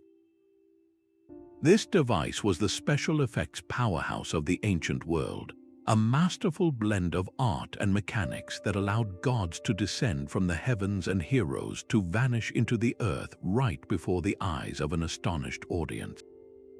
Its purpose was narrative magic, and its method was a beautifully simple application of levers and counterweights.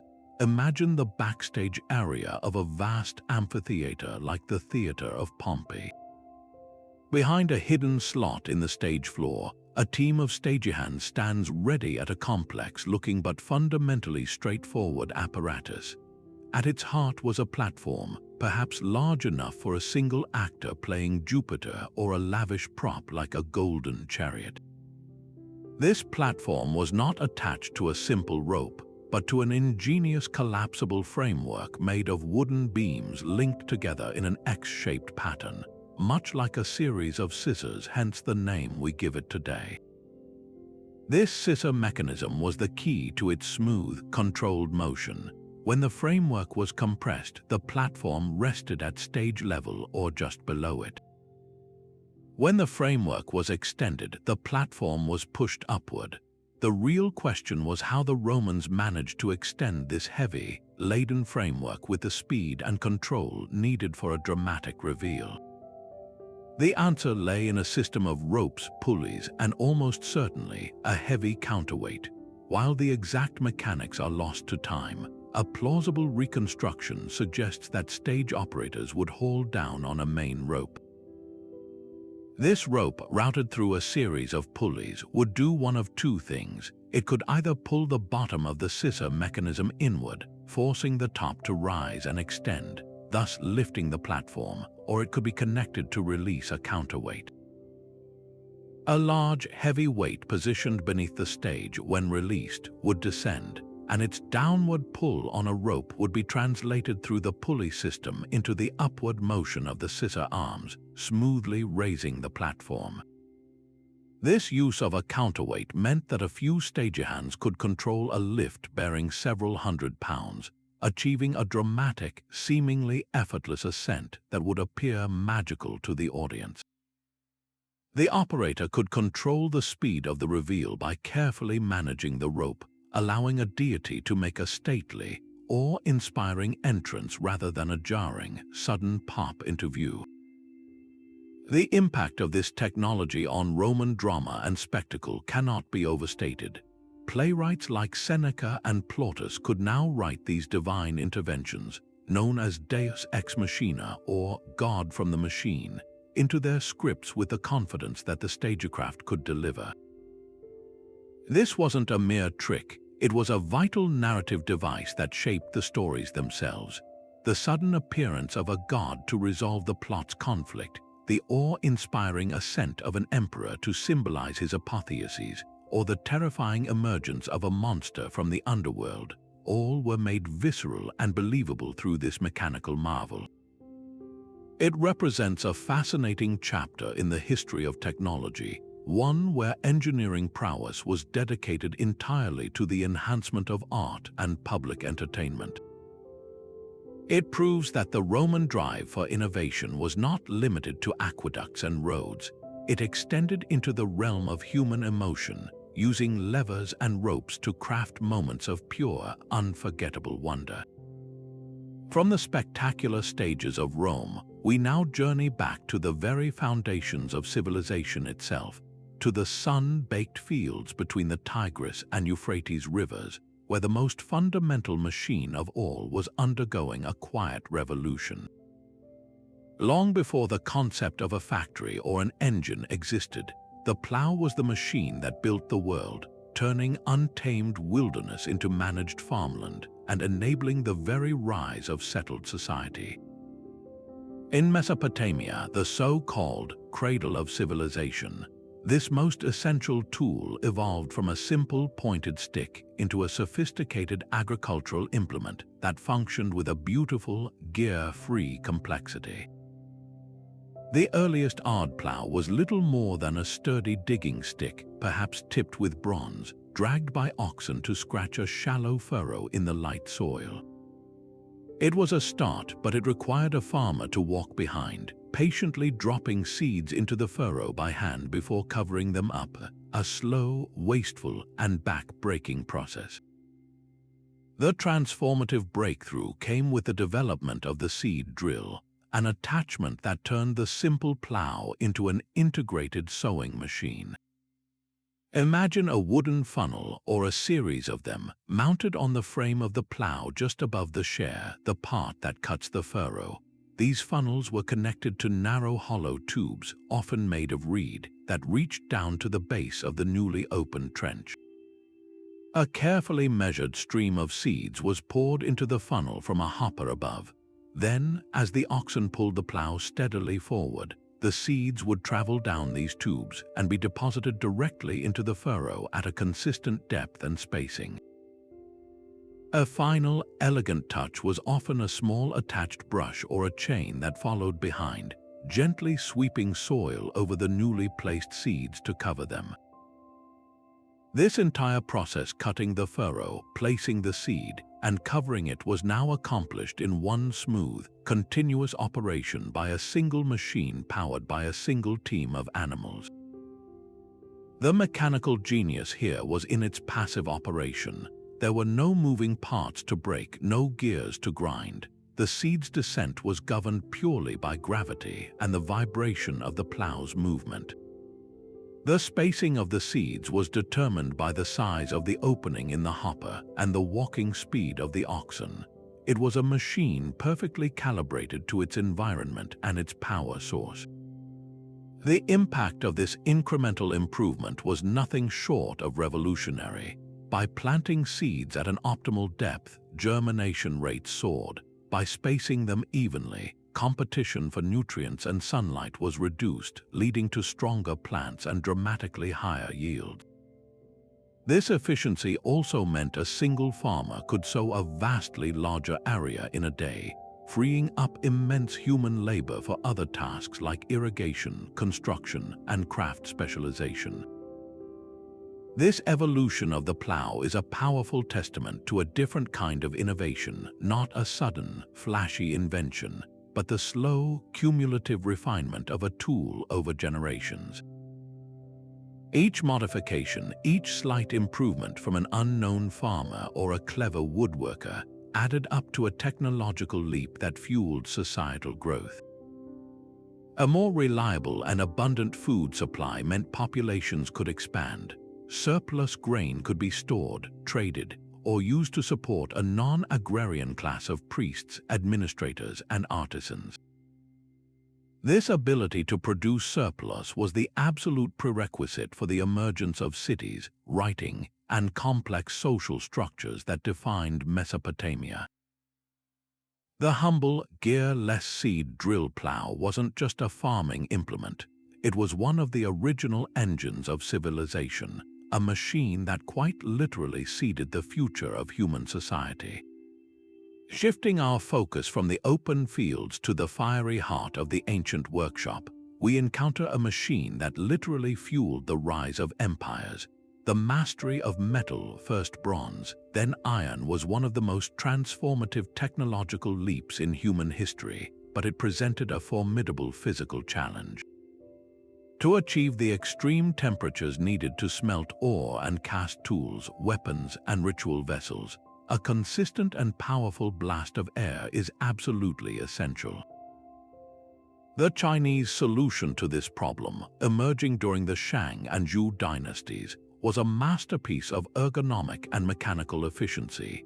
The Zeng, a piston bellows system that turned human energy into a continuous, life-giving breath for the furnace. Imagine a craftsman standing before a crucible of molten bronze, the air shimmering with heat. Beside the furnace sits a long, rectangular wooden box, sealed at both ends but with carefully placed valves.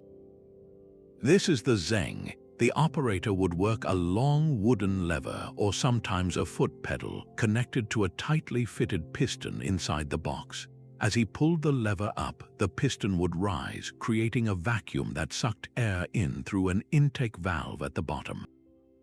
Then, with a powerful downward push, the piston would force that captured air out through a separate outlet valve and into a ceramic pipe, directing a concentrated blast directly into the heart of the fire.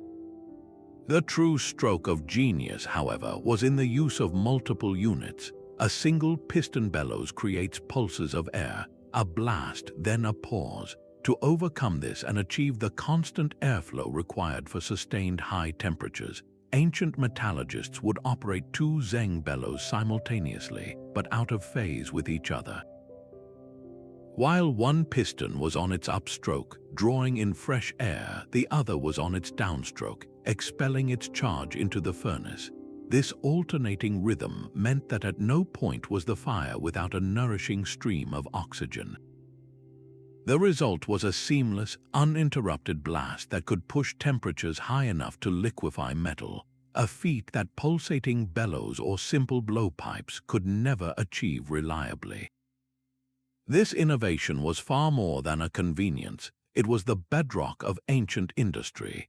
The mass production of bronze ritual vessels, which were central to Chinese statecraft and religious practice, depended entirely on the sustained heat made possible by the Zeng. Later, with the advent of iron casting, the demands on the furnace became even greater, and the reliable airflow from these bellows became even more critical. It allowed for larger-scale production, more complex castings, and ultimately, the creation of the superior tools and weapons that shaped military and economic power. The design of the Zeng is a brilliant example of optimizing a human-powered system. By using the large muscle groups of the legs or the full motion of the arms, it allowed a single worker to generate a tremendous amount of air pressure with less fatigue than older, less efficient methods. This optimization of human energy input for maximum industrial output is a concept that resonates deeply even today. The Zeng represents a pivotal moment where craftsmanship met systematic production, where the controlled breath of a machine, powered by a person, unlocked the potential of metal and set the stage for the tools that would build and defend civilizations. While the Zeng bellows channeled human effort into the fiery heart of industry, another ancient innovation turned its gaze upward, harnessing the silent, precise motion of the heavens themselves to achieve a different kind of perfection on Earth. In the stark, sun-drenched landscape of ancient Egypt, the construction of a temple was far more than an architectural project. It was a sacred act of aligning the human realm with the divine cosmic order. To ensure this celestial harmony, Egyptian priest engineers employed a tool of breathtaking simplicity and profound accuracy, the solar alignment instrument. This device had no moving parts, required no force to operate, and made no sound, yet it allowed for the orientation of massive stone structures with an error margin that still astounds modern surveyors. Imagine the chosen site for a new temple, a blank canvas of sand and rock. Before a single foundation stone could be laid, the chief astronomer priest would establish a true north-south or east-west baseline, a task we now accomplish with digital compasses and satellite GPS. Their tools were elemental: a flat, leveled circular platform, a vertical gnomon, a simple rod placed at the center, and a series of markers. The entire process was an exercise in patient observation. As the sun traversed the sky each day, the gnomon's shadow would sweep in a perfect arc around the platform. The priest would meticulously mark the tip of this shadow at regular intervals throughout the day. By connecting these points, they could trace a smooth, graceful curve. The shortest shadow cast occurring at local solar noon would point directly toward true north. But the true genius of the method was revealed over the course of a year. On the equinoxes, when day and night are of equal length, the shadow path would form a perfectly straight line, providing an impeccable east-west orientation. To capture the solstices, the extreme limits of the sun's seasonal travel, they would mark the longest and shortest shadow paths of the year, creating a precise astronomical calendar set in stone. This was not a one-time measurement. The entire construction process, which could span decades, would be constantly checked and refined using these celestial markers. The massive pylons of a temple gateway, for instance, had to be perfectly aligned so that on the morning of the summer solstice, the rays of the rising sun would flash directly through the central axis, illuminating the inner sanctum and the statue of the god within. This dramatic event was not a happy accident. It was the entire theological and architectural point, engineered with painstaking precision using this simple shadow tracking tool. The result of this methodical, passive observation is visible in monuments like the Great Temple of Amun-Ra at Karnak.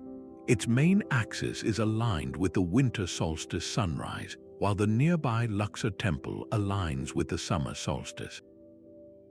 This precise orchestration of stone and sunlight transformed a static building into a dynamic cosmological instrument, a machine that marked the passage of seasons and reaffirmed the pharaoh's role as the intermediary between the gods and the people.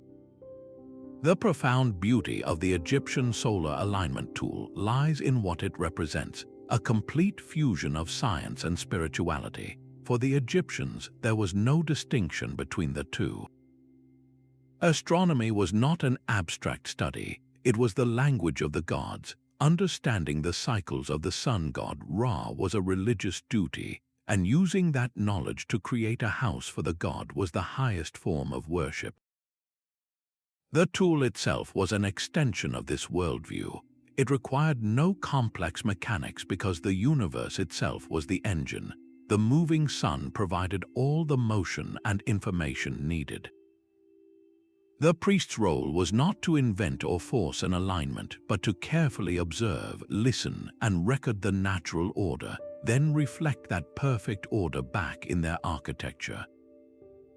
This device stands as a timeless testament to the power of observation, patience, and the human desire to find our place within the grand, orderly cycles of the cosmos, building not just with stone, but with meaning and celestial light.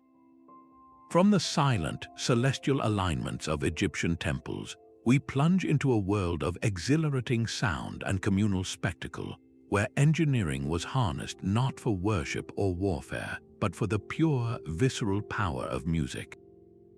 In the bustling theaters and roaring amphitheaters of the Hellenistic world and later, Rome, a revolutionary instrument announced the beginning of games, accompanied dramatic performances, and filled vast public spaces with a sound never before heard, the powerful, continuous tone of the Greek hydraulis, the world's first pipe organ, and a marvel of pneumatic engineering. This was no simple lyre or flute.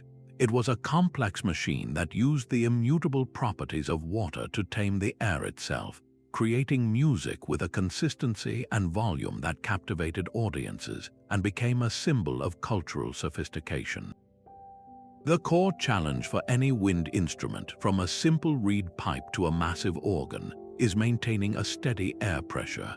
A human lung can only supply a burst of air with pressure that inevitably falls as the player exhales.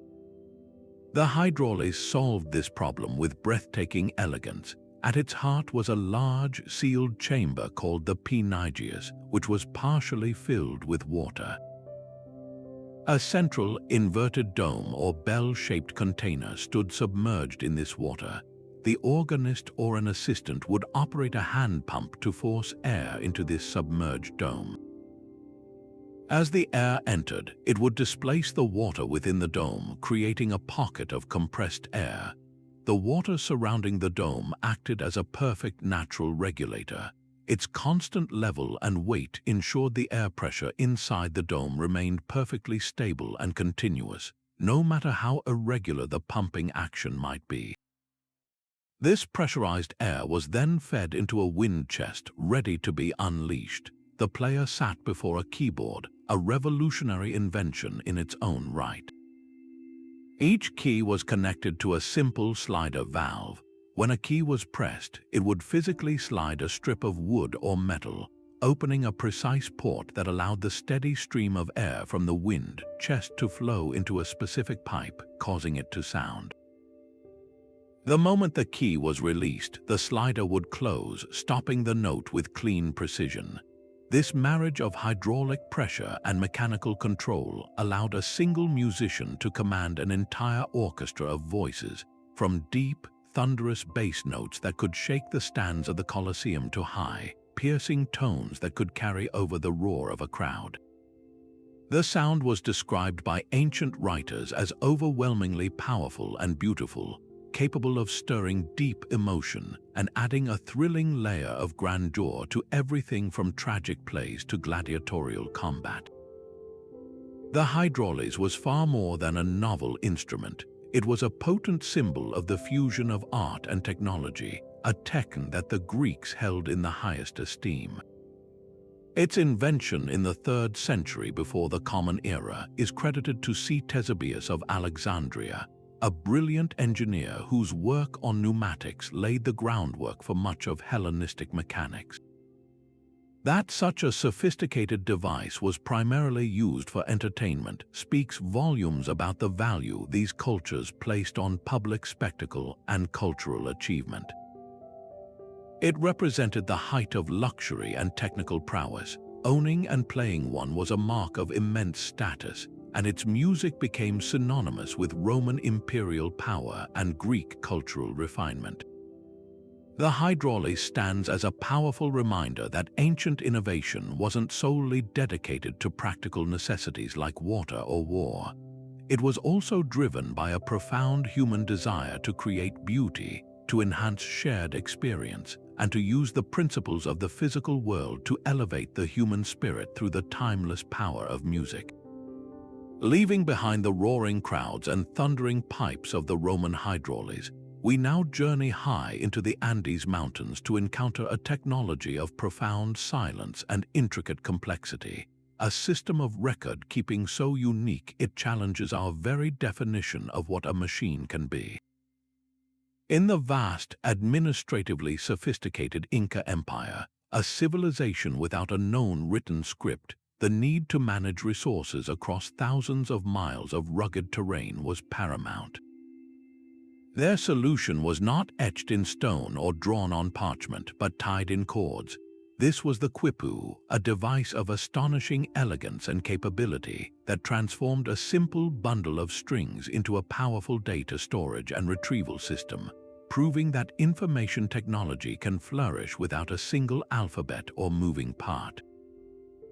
At first glance, a quipu appears deceptively simple. It consists of a main horizontal cord from which hang numerous pendant strings of various colors. These pendant strings could themselves have subsidiary strings attached, creating a complex, multi-level hierarchy of data. But within this seemingly straightforward structure lay a sophisticated language of information. The Incas encoded data through a combination of variables, each with its own meaning. The position of a knot on a string represented its numerical value, using a base 10 positional system remarkably similar to our own.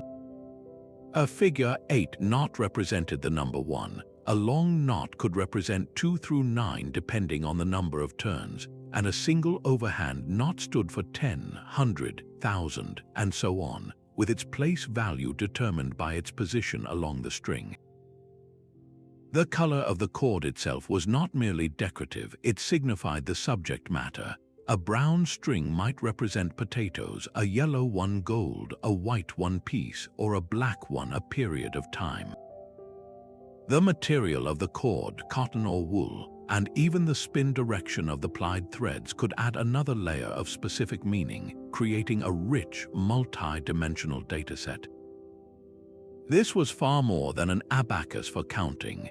While quipus were undoubtedly used for the bureaucratic tasks essential to running an empire, recording tax obligations, census data, warehouse inventories, and military organization, evidence strongly suggests they were also capable of recording narrative information. The great Spanish chroniclers of the 16th century reported that trained quipucamayocs, or keepers of the quipus, could use these devices to recall historical events, laws, and even poetry. The knots and colors served as mnemonic triggers, a tactile and visual roadmap that guided the trained reader through a complex recitation of information that had been memorized and passed down through rigorous training. In the hands of a master, a quipu was not a simple ledger. It was a dynamic library, an archive, and a storytelling device, all woven into a portable, durable form. The true genius of the quipu system lay in its perfect adaptation to its environment and culture. As a technology, it was incredibly robust. Unlike papyrus scrolls or clay tablets, a quipu could survive being dropped, getting wet, or being jostled during transport across the Inca's magnificent road system. It required no ink, no special tools to create, and could be repaired or modified with materials on hand. Its operation was also perfectly suited to an oral culture where memorization and verbal recitation were highly developed skills. The quipu did not replace the human expert. It empowered them, providing a standardized external framework to support vast feats of memory and ensure the accurate transmission of information across generations and vast distances. This symbiotic relationship between human and tool created a remarkably efficient and reliable information network that allowed the Inca state to coordinate the labor and resources of millions of people without ever writing a single word.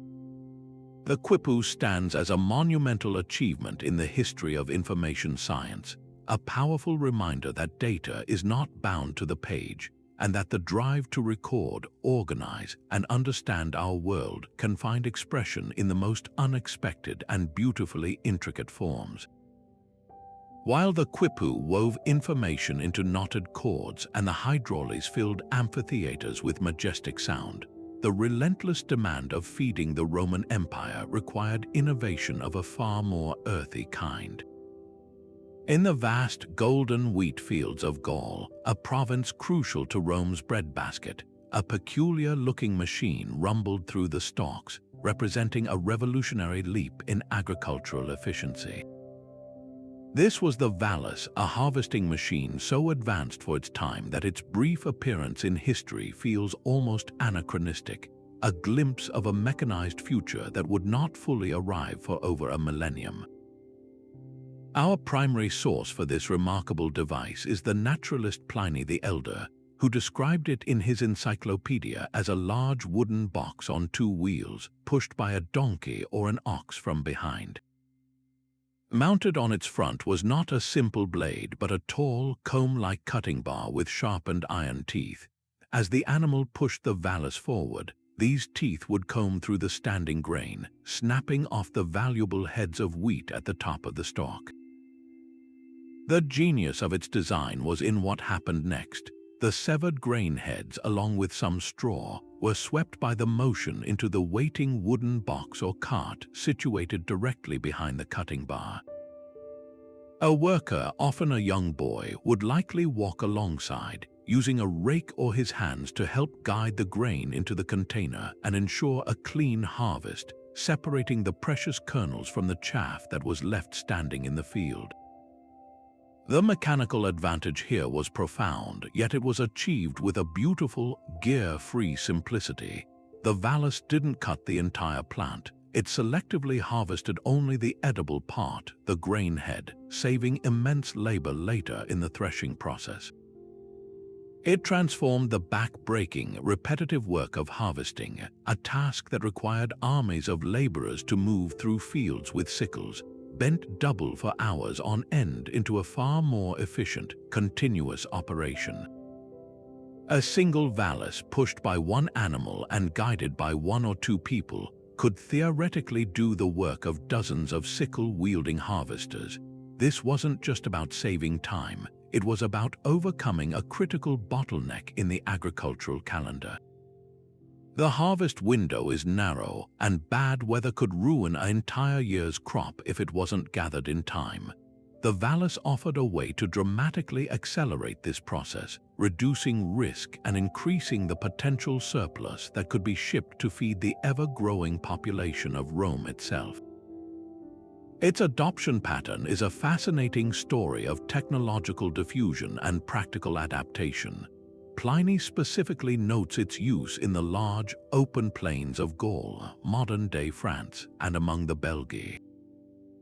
This geographical specificity is crucial.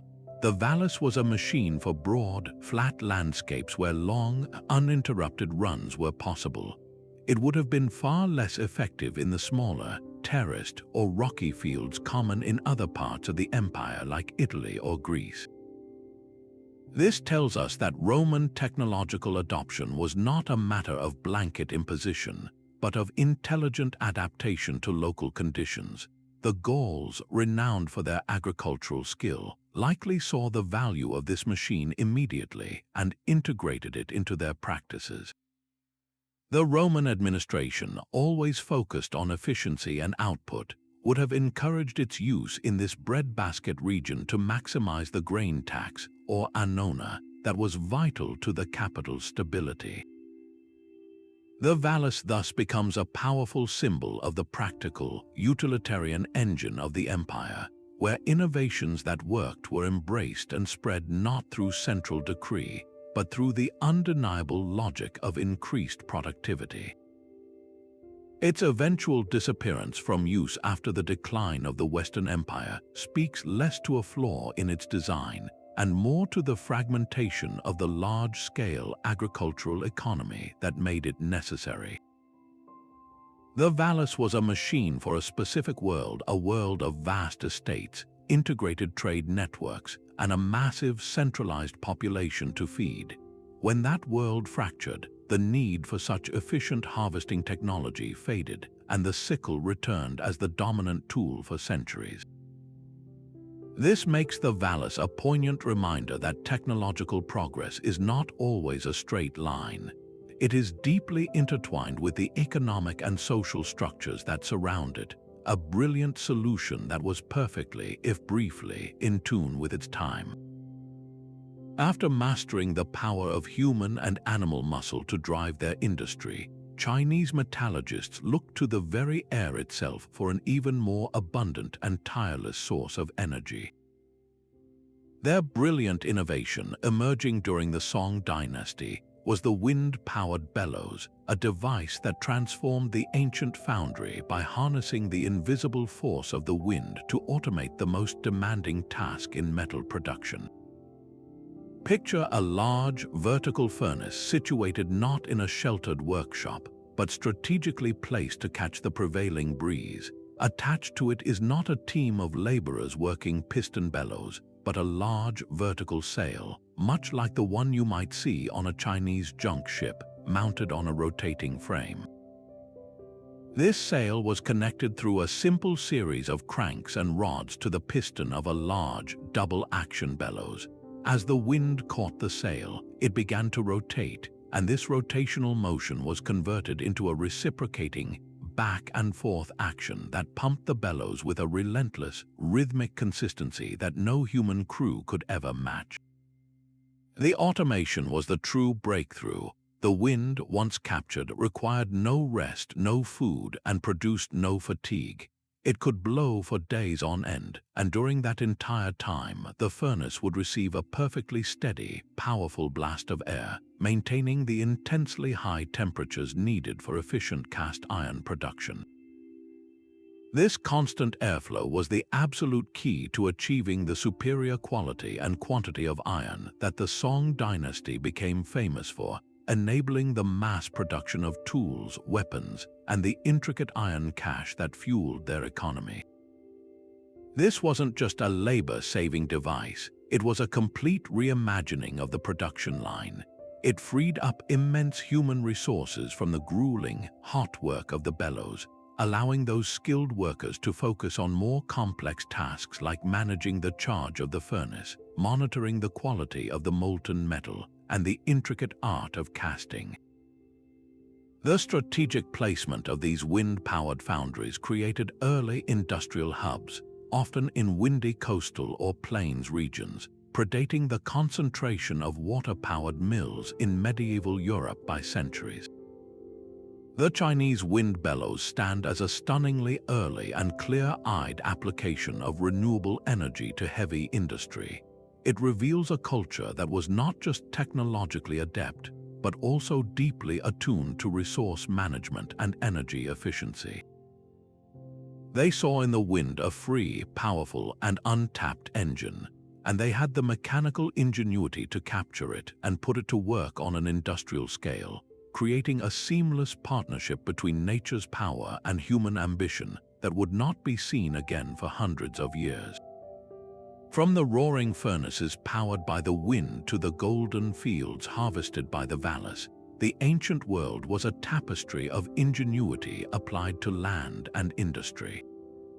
But to truly grasp the scale of their ambition, we must set sail, venturing onto the open water where another machine redefined the very boundaries of the known world, the Egyptian sailing ship. This was not merely a floating platform. It was a masterfully engineered system of wood, rope, and cloth, a vessel that harnessed the capricious power of the wind with such skill that it turned the Mediterranean from a barrier into a highway, all without a single gear or complex mechanism to aid its journey. Picture the scene along the Nile around 3,000 years before the Common Era. The river is the lifeblood of Egypt, and its predictable north-flowing current provided a natural road for transportation.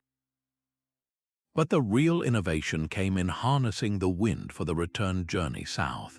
The earliest Egyptian boats were simple reed rafts, but they rapidly evolved into sturdy wooden ships, built from the acacia and sycamore trees that grew along the riverbanks.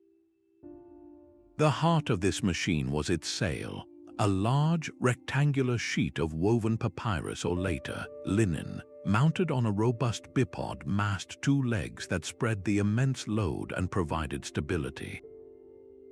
This mast was not fixed permanently. It could be raised, lowered, and most importantly, pivoted. This ability to adjust the angle of the entire sail assembly was the Egyptian sailor's primary control system. There was no wheel for a helmsman to turn. Instead, steering was accomplished by 1 or 2 large oars mounted off the stern, which required significant muscle power to operate. The true genius of this maritime technology lay in the intricate dance between the sail and these steering oars, a continuous process of adjustment and readjustment. A sailor's expertise was measured not by strength, but by his intimate understanding of the wind's behavior and his ability to translate that into precise commands. To capture the wind most effectively, crews would adjust the brailing lines, a network of ropes running through pulleys sewn into the sail. By pulling on these lines, they could reef the sail, reducing its area in a strong gust, or shape it into a perfect airfoil to maximize thrust. They mastered the art of sailing against the wind, not by heading directly into it, which is impossible, but by tacking sailing a zigzag course at an angle to the wind, a maneuver that required flawless coordination between the men handling the sail and the helmsman wrestling with the heavy steering oar. This was physics in action, a practical application of aerodynamics and hydrodynamics that allowed them to travel in almost any direction regardless of the wind's prevailing course. This mastery of wind-powered propulsion had consequences that rippled far beyond the Nile. It enabled the Egyptians to become a formidable force in long-distance trade and exploration. Their ships, evolving from riverine vessels to stout seagoing barges capable of braving the Mediterranean waves, embarked on legendary voyages. They sailed to the fabled land of Punt, likely located in modern-day Somalia or Eritrea, to bring back exotic goods like myrrh, ebony, and live frankincense trees for temple rituals. They established trade routes across the eastern Mediterranean, connecting with the Minoans on Crete and later with the city-states of the Levant, exchanging gold, papyrus, and linen for cedar wood, olive oil, and other luxuries. The design of their ships was a product of relentless, iterative experience. The hulls grew deeper and stronger to handle sea swell. The rigging became more complex with the addition of lifts and sheets for finer control, and the sails were reinforced to withstand the tougher conditions of the open sea. The Egyptian sailing ship was more than a machine for transport. It was the engine of an early globalized network, a vehicle for cultural exchange, economic expansion, and the projection of pharaonic power across the watery expanse that connected the ancient world. After mastering the art of waking minds with philosophy, it seems the great thinker Plato turned his attention to the far more practical challenge of waking them from slumber. In the hallowed halls of his academy, where students pondered the forms of justice and the ideal state, there was a decidedly unideal problem: late risers missing their lessons. Plato's solution was a machine of delightful whimsy and mechanical cleverness, a hydraulic alarm clock that transformed the steady patience of dripping water into a sudden, unmistakable call to action. Imagine a small, elevated water reservoir, perhaps a simple ceramic jar with a tiny, carefully calibrated hole in its base. From this hole, water drips at a constant, predictable rate into a second container below, a receiving vessel suspended on a delicate pivot like a seesaw. This second vessel is the heart of the machine. As the drips accumulate, the vessel slowly fills, its weight increasing grain by grain with each passing minute. For a long while, nothing happens. The students could study or doze in peace, but the entire system was designed around a precise moment of imbalance. The receiving vessel was carefully counterweighted so that the very moment it held a specific volume of water, the exact amount that would take, say, the desired length of a lecture or a night's sleep to accumulate, its center of gravity would shift. This was the climax of the slow hydraulic drama. The now overweight vessel would suddenly tip downward with a decisive motion. As it tipped, it acted upon a simple lever or a connected cord. This action would release a catch holding back a separate set of heavy bronze or clay balls which had been perched on a slight incline. Freed from their restraint, these balls would then roll, one after another, down a sloped channel, clattering noisily onto a waiting copper plate or into a metal basin below. The resulting cacophony of clangs and bangs was anything but subtle. It was a riotous, mechanical shout designed to startle even the deepest sleeper into consciousness. The charm of this invention lies not in its complexity, but in its elegant translation of time into physical action. Plato's clock didn't measure hours with a dial or Chinese letter. It measured the cumulative effect of a constant process. The steady drip of water was its pendulum, the filling vessel its weight, and the crashing balls its bell. It was a machine that made the abstract concept of a timed interval viscerally, audibly real.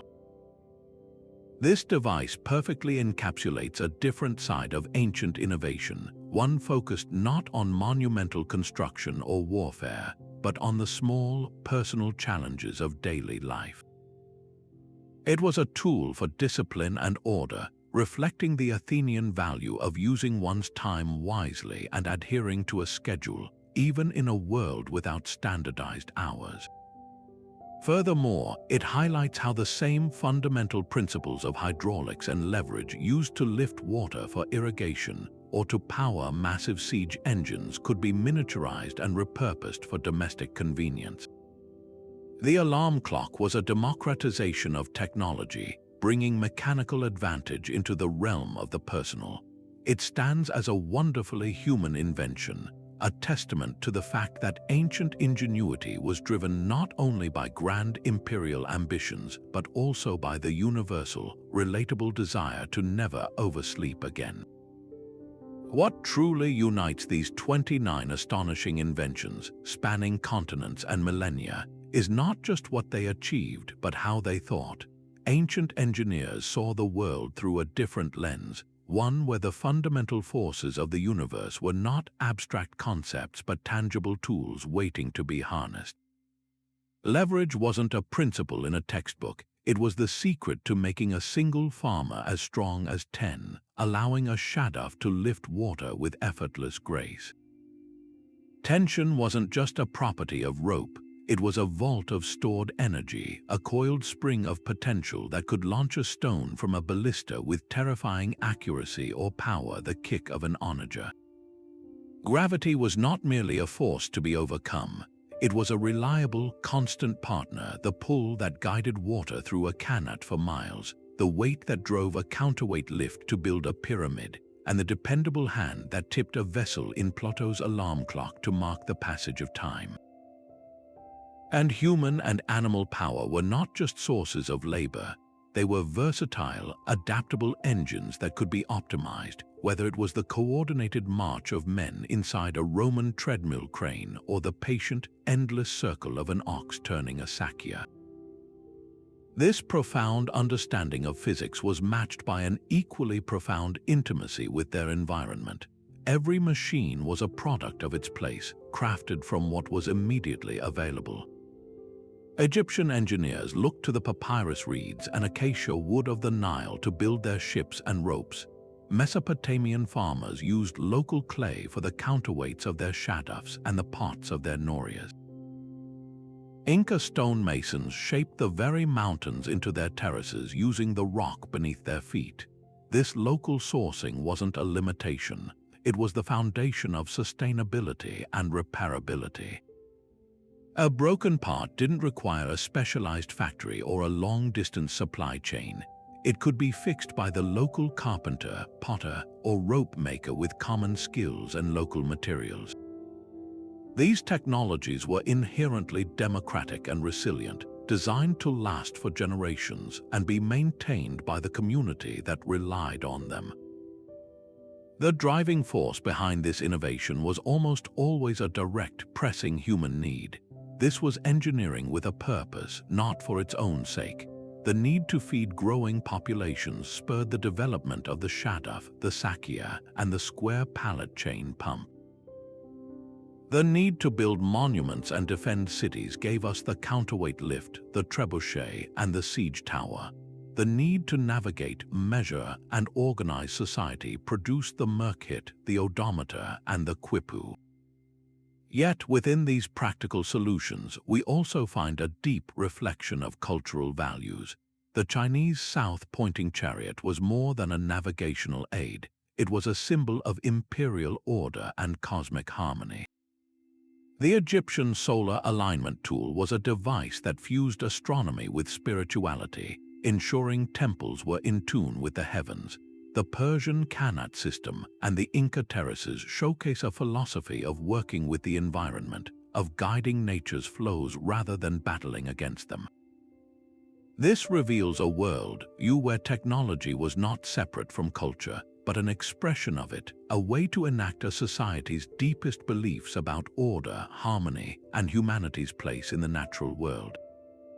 Perhaps the most powerful lesson from this journey is that the most enduring solutions are often born from simplicity and ingenious adaptation, not overwhelming complexity.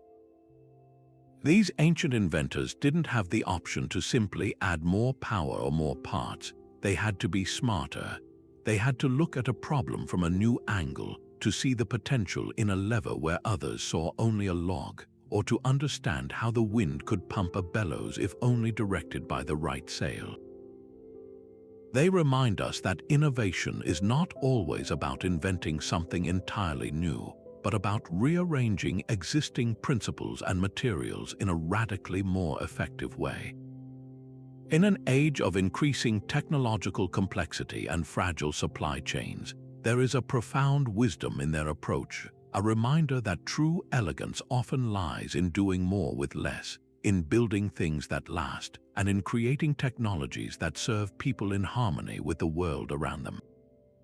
From the patient, rhythmic lift of the Shaduff to the earth-shattering impact of the Trebushet, these 29 remarkable machines reveal an entire hidden chapter in humanity's story, a testament to a kind of innovation that challenges our most basic modern assumptions. We often picture technological progress as a straight line leading inevitably toward greater complexity, more moving parts, and higher energy consumption. But the ancient world presents us with a powerful counter-narrative, one built on profound elegance and a deep understanding of fundamental physics. These inventors looked at a lever and saw a way to multiply human strength. They observed the flow of a river and designed a machine to harness its current without impeding it. They twisted sinew and understood how to store the explosive energy of a spring. They built civilizations that lasted for millennia using nothing more than levers, pulleys, tension, and gravity forces we still live with every day, but have often forgotten how to employ with such graceful efficiency. This isn't just a history lesson, it's a source of inspiration with urgent relevance for our own time. As we face global challenges of sustainability and resource scarcity, the principles on display in these ancient machines offer a blueprint for a different kind of design philosophy. They show us that the most advanced solution isn't always the most complex one. It is often the one that works in harmony with its environment, that uses local materials, that is easy to repair, and that optimizes human energy rather than replacing it entirely. The Persian Kanat system didn't fight gravity, it collaborated with it. The Inca terraces didn't conquer the mountain, they adapted to it. The Sakya and the Archaeological weren't sealed, proprietary units. They were open-source technology that any village could build, maintain, and own. This is a powerful model for resilience and sustainability that modern engineers are increasingly looking to for inspiration in fields from passive solar architecture to low-impact agricultural tools. These forgotten marvels remind us that human creativity is our most renewable resource. Long before global supply chains and microchips, people were solving immense problems with observation, ingenuity, and a deep connection to the materials and forces around them. They prove that innovation can be both brilliant and accessible, both sophisticated and sustainable. So the next time you turn on a faucet or marvel at a modern construction site, take a moment to remember the long legacy of ingenuity that made it all possible. A legacy built not on wheels and gears, but on the timeless principles of balance, force, and a boundless human imagination. If this journey into the mysteries of ancient technology has sparked your curiosity, we'd love to hear your thoughts in the comments below. And for more explorations into the lost wonders of history, be sure to like this video and subscribe to our channel. Thank you for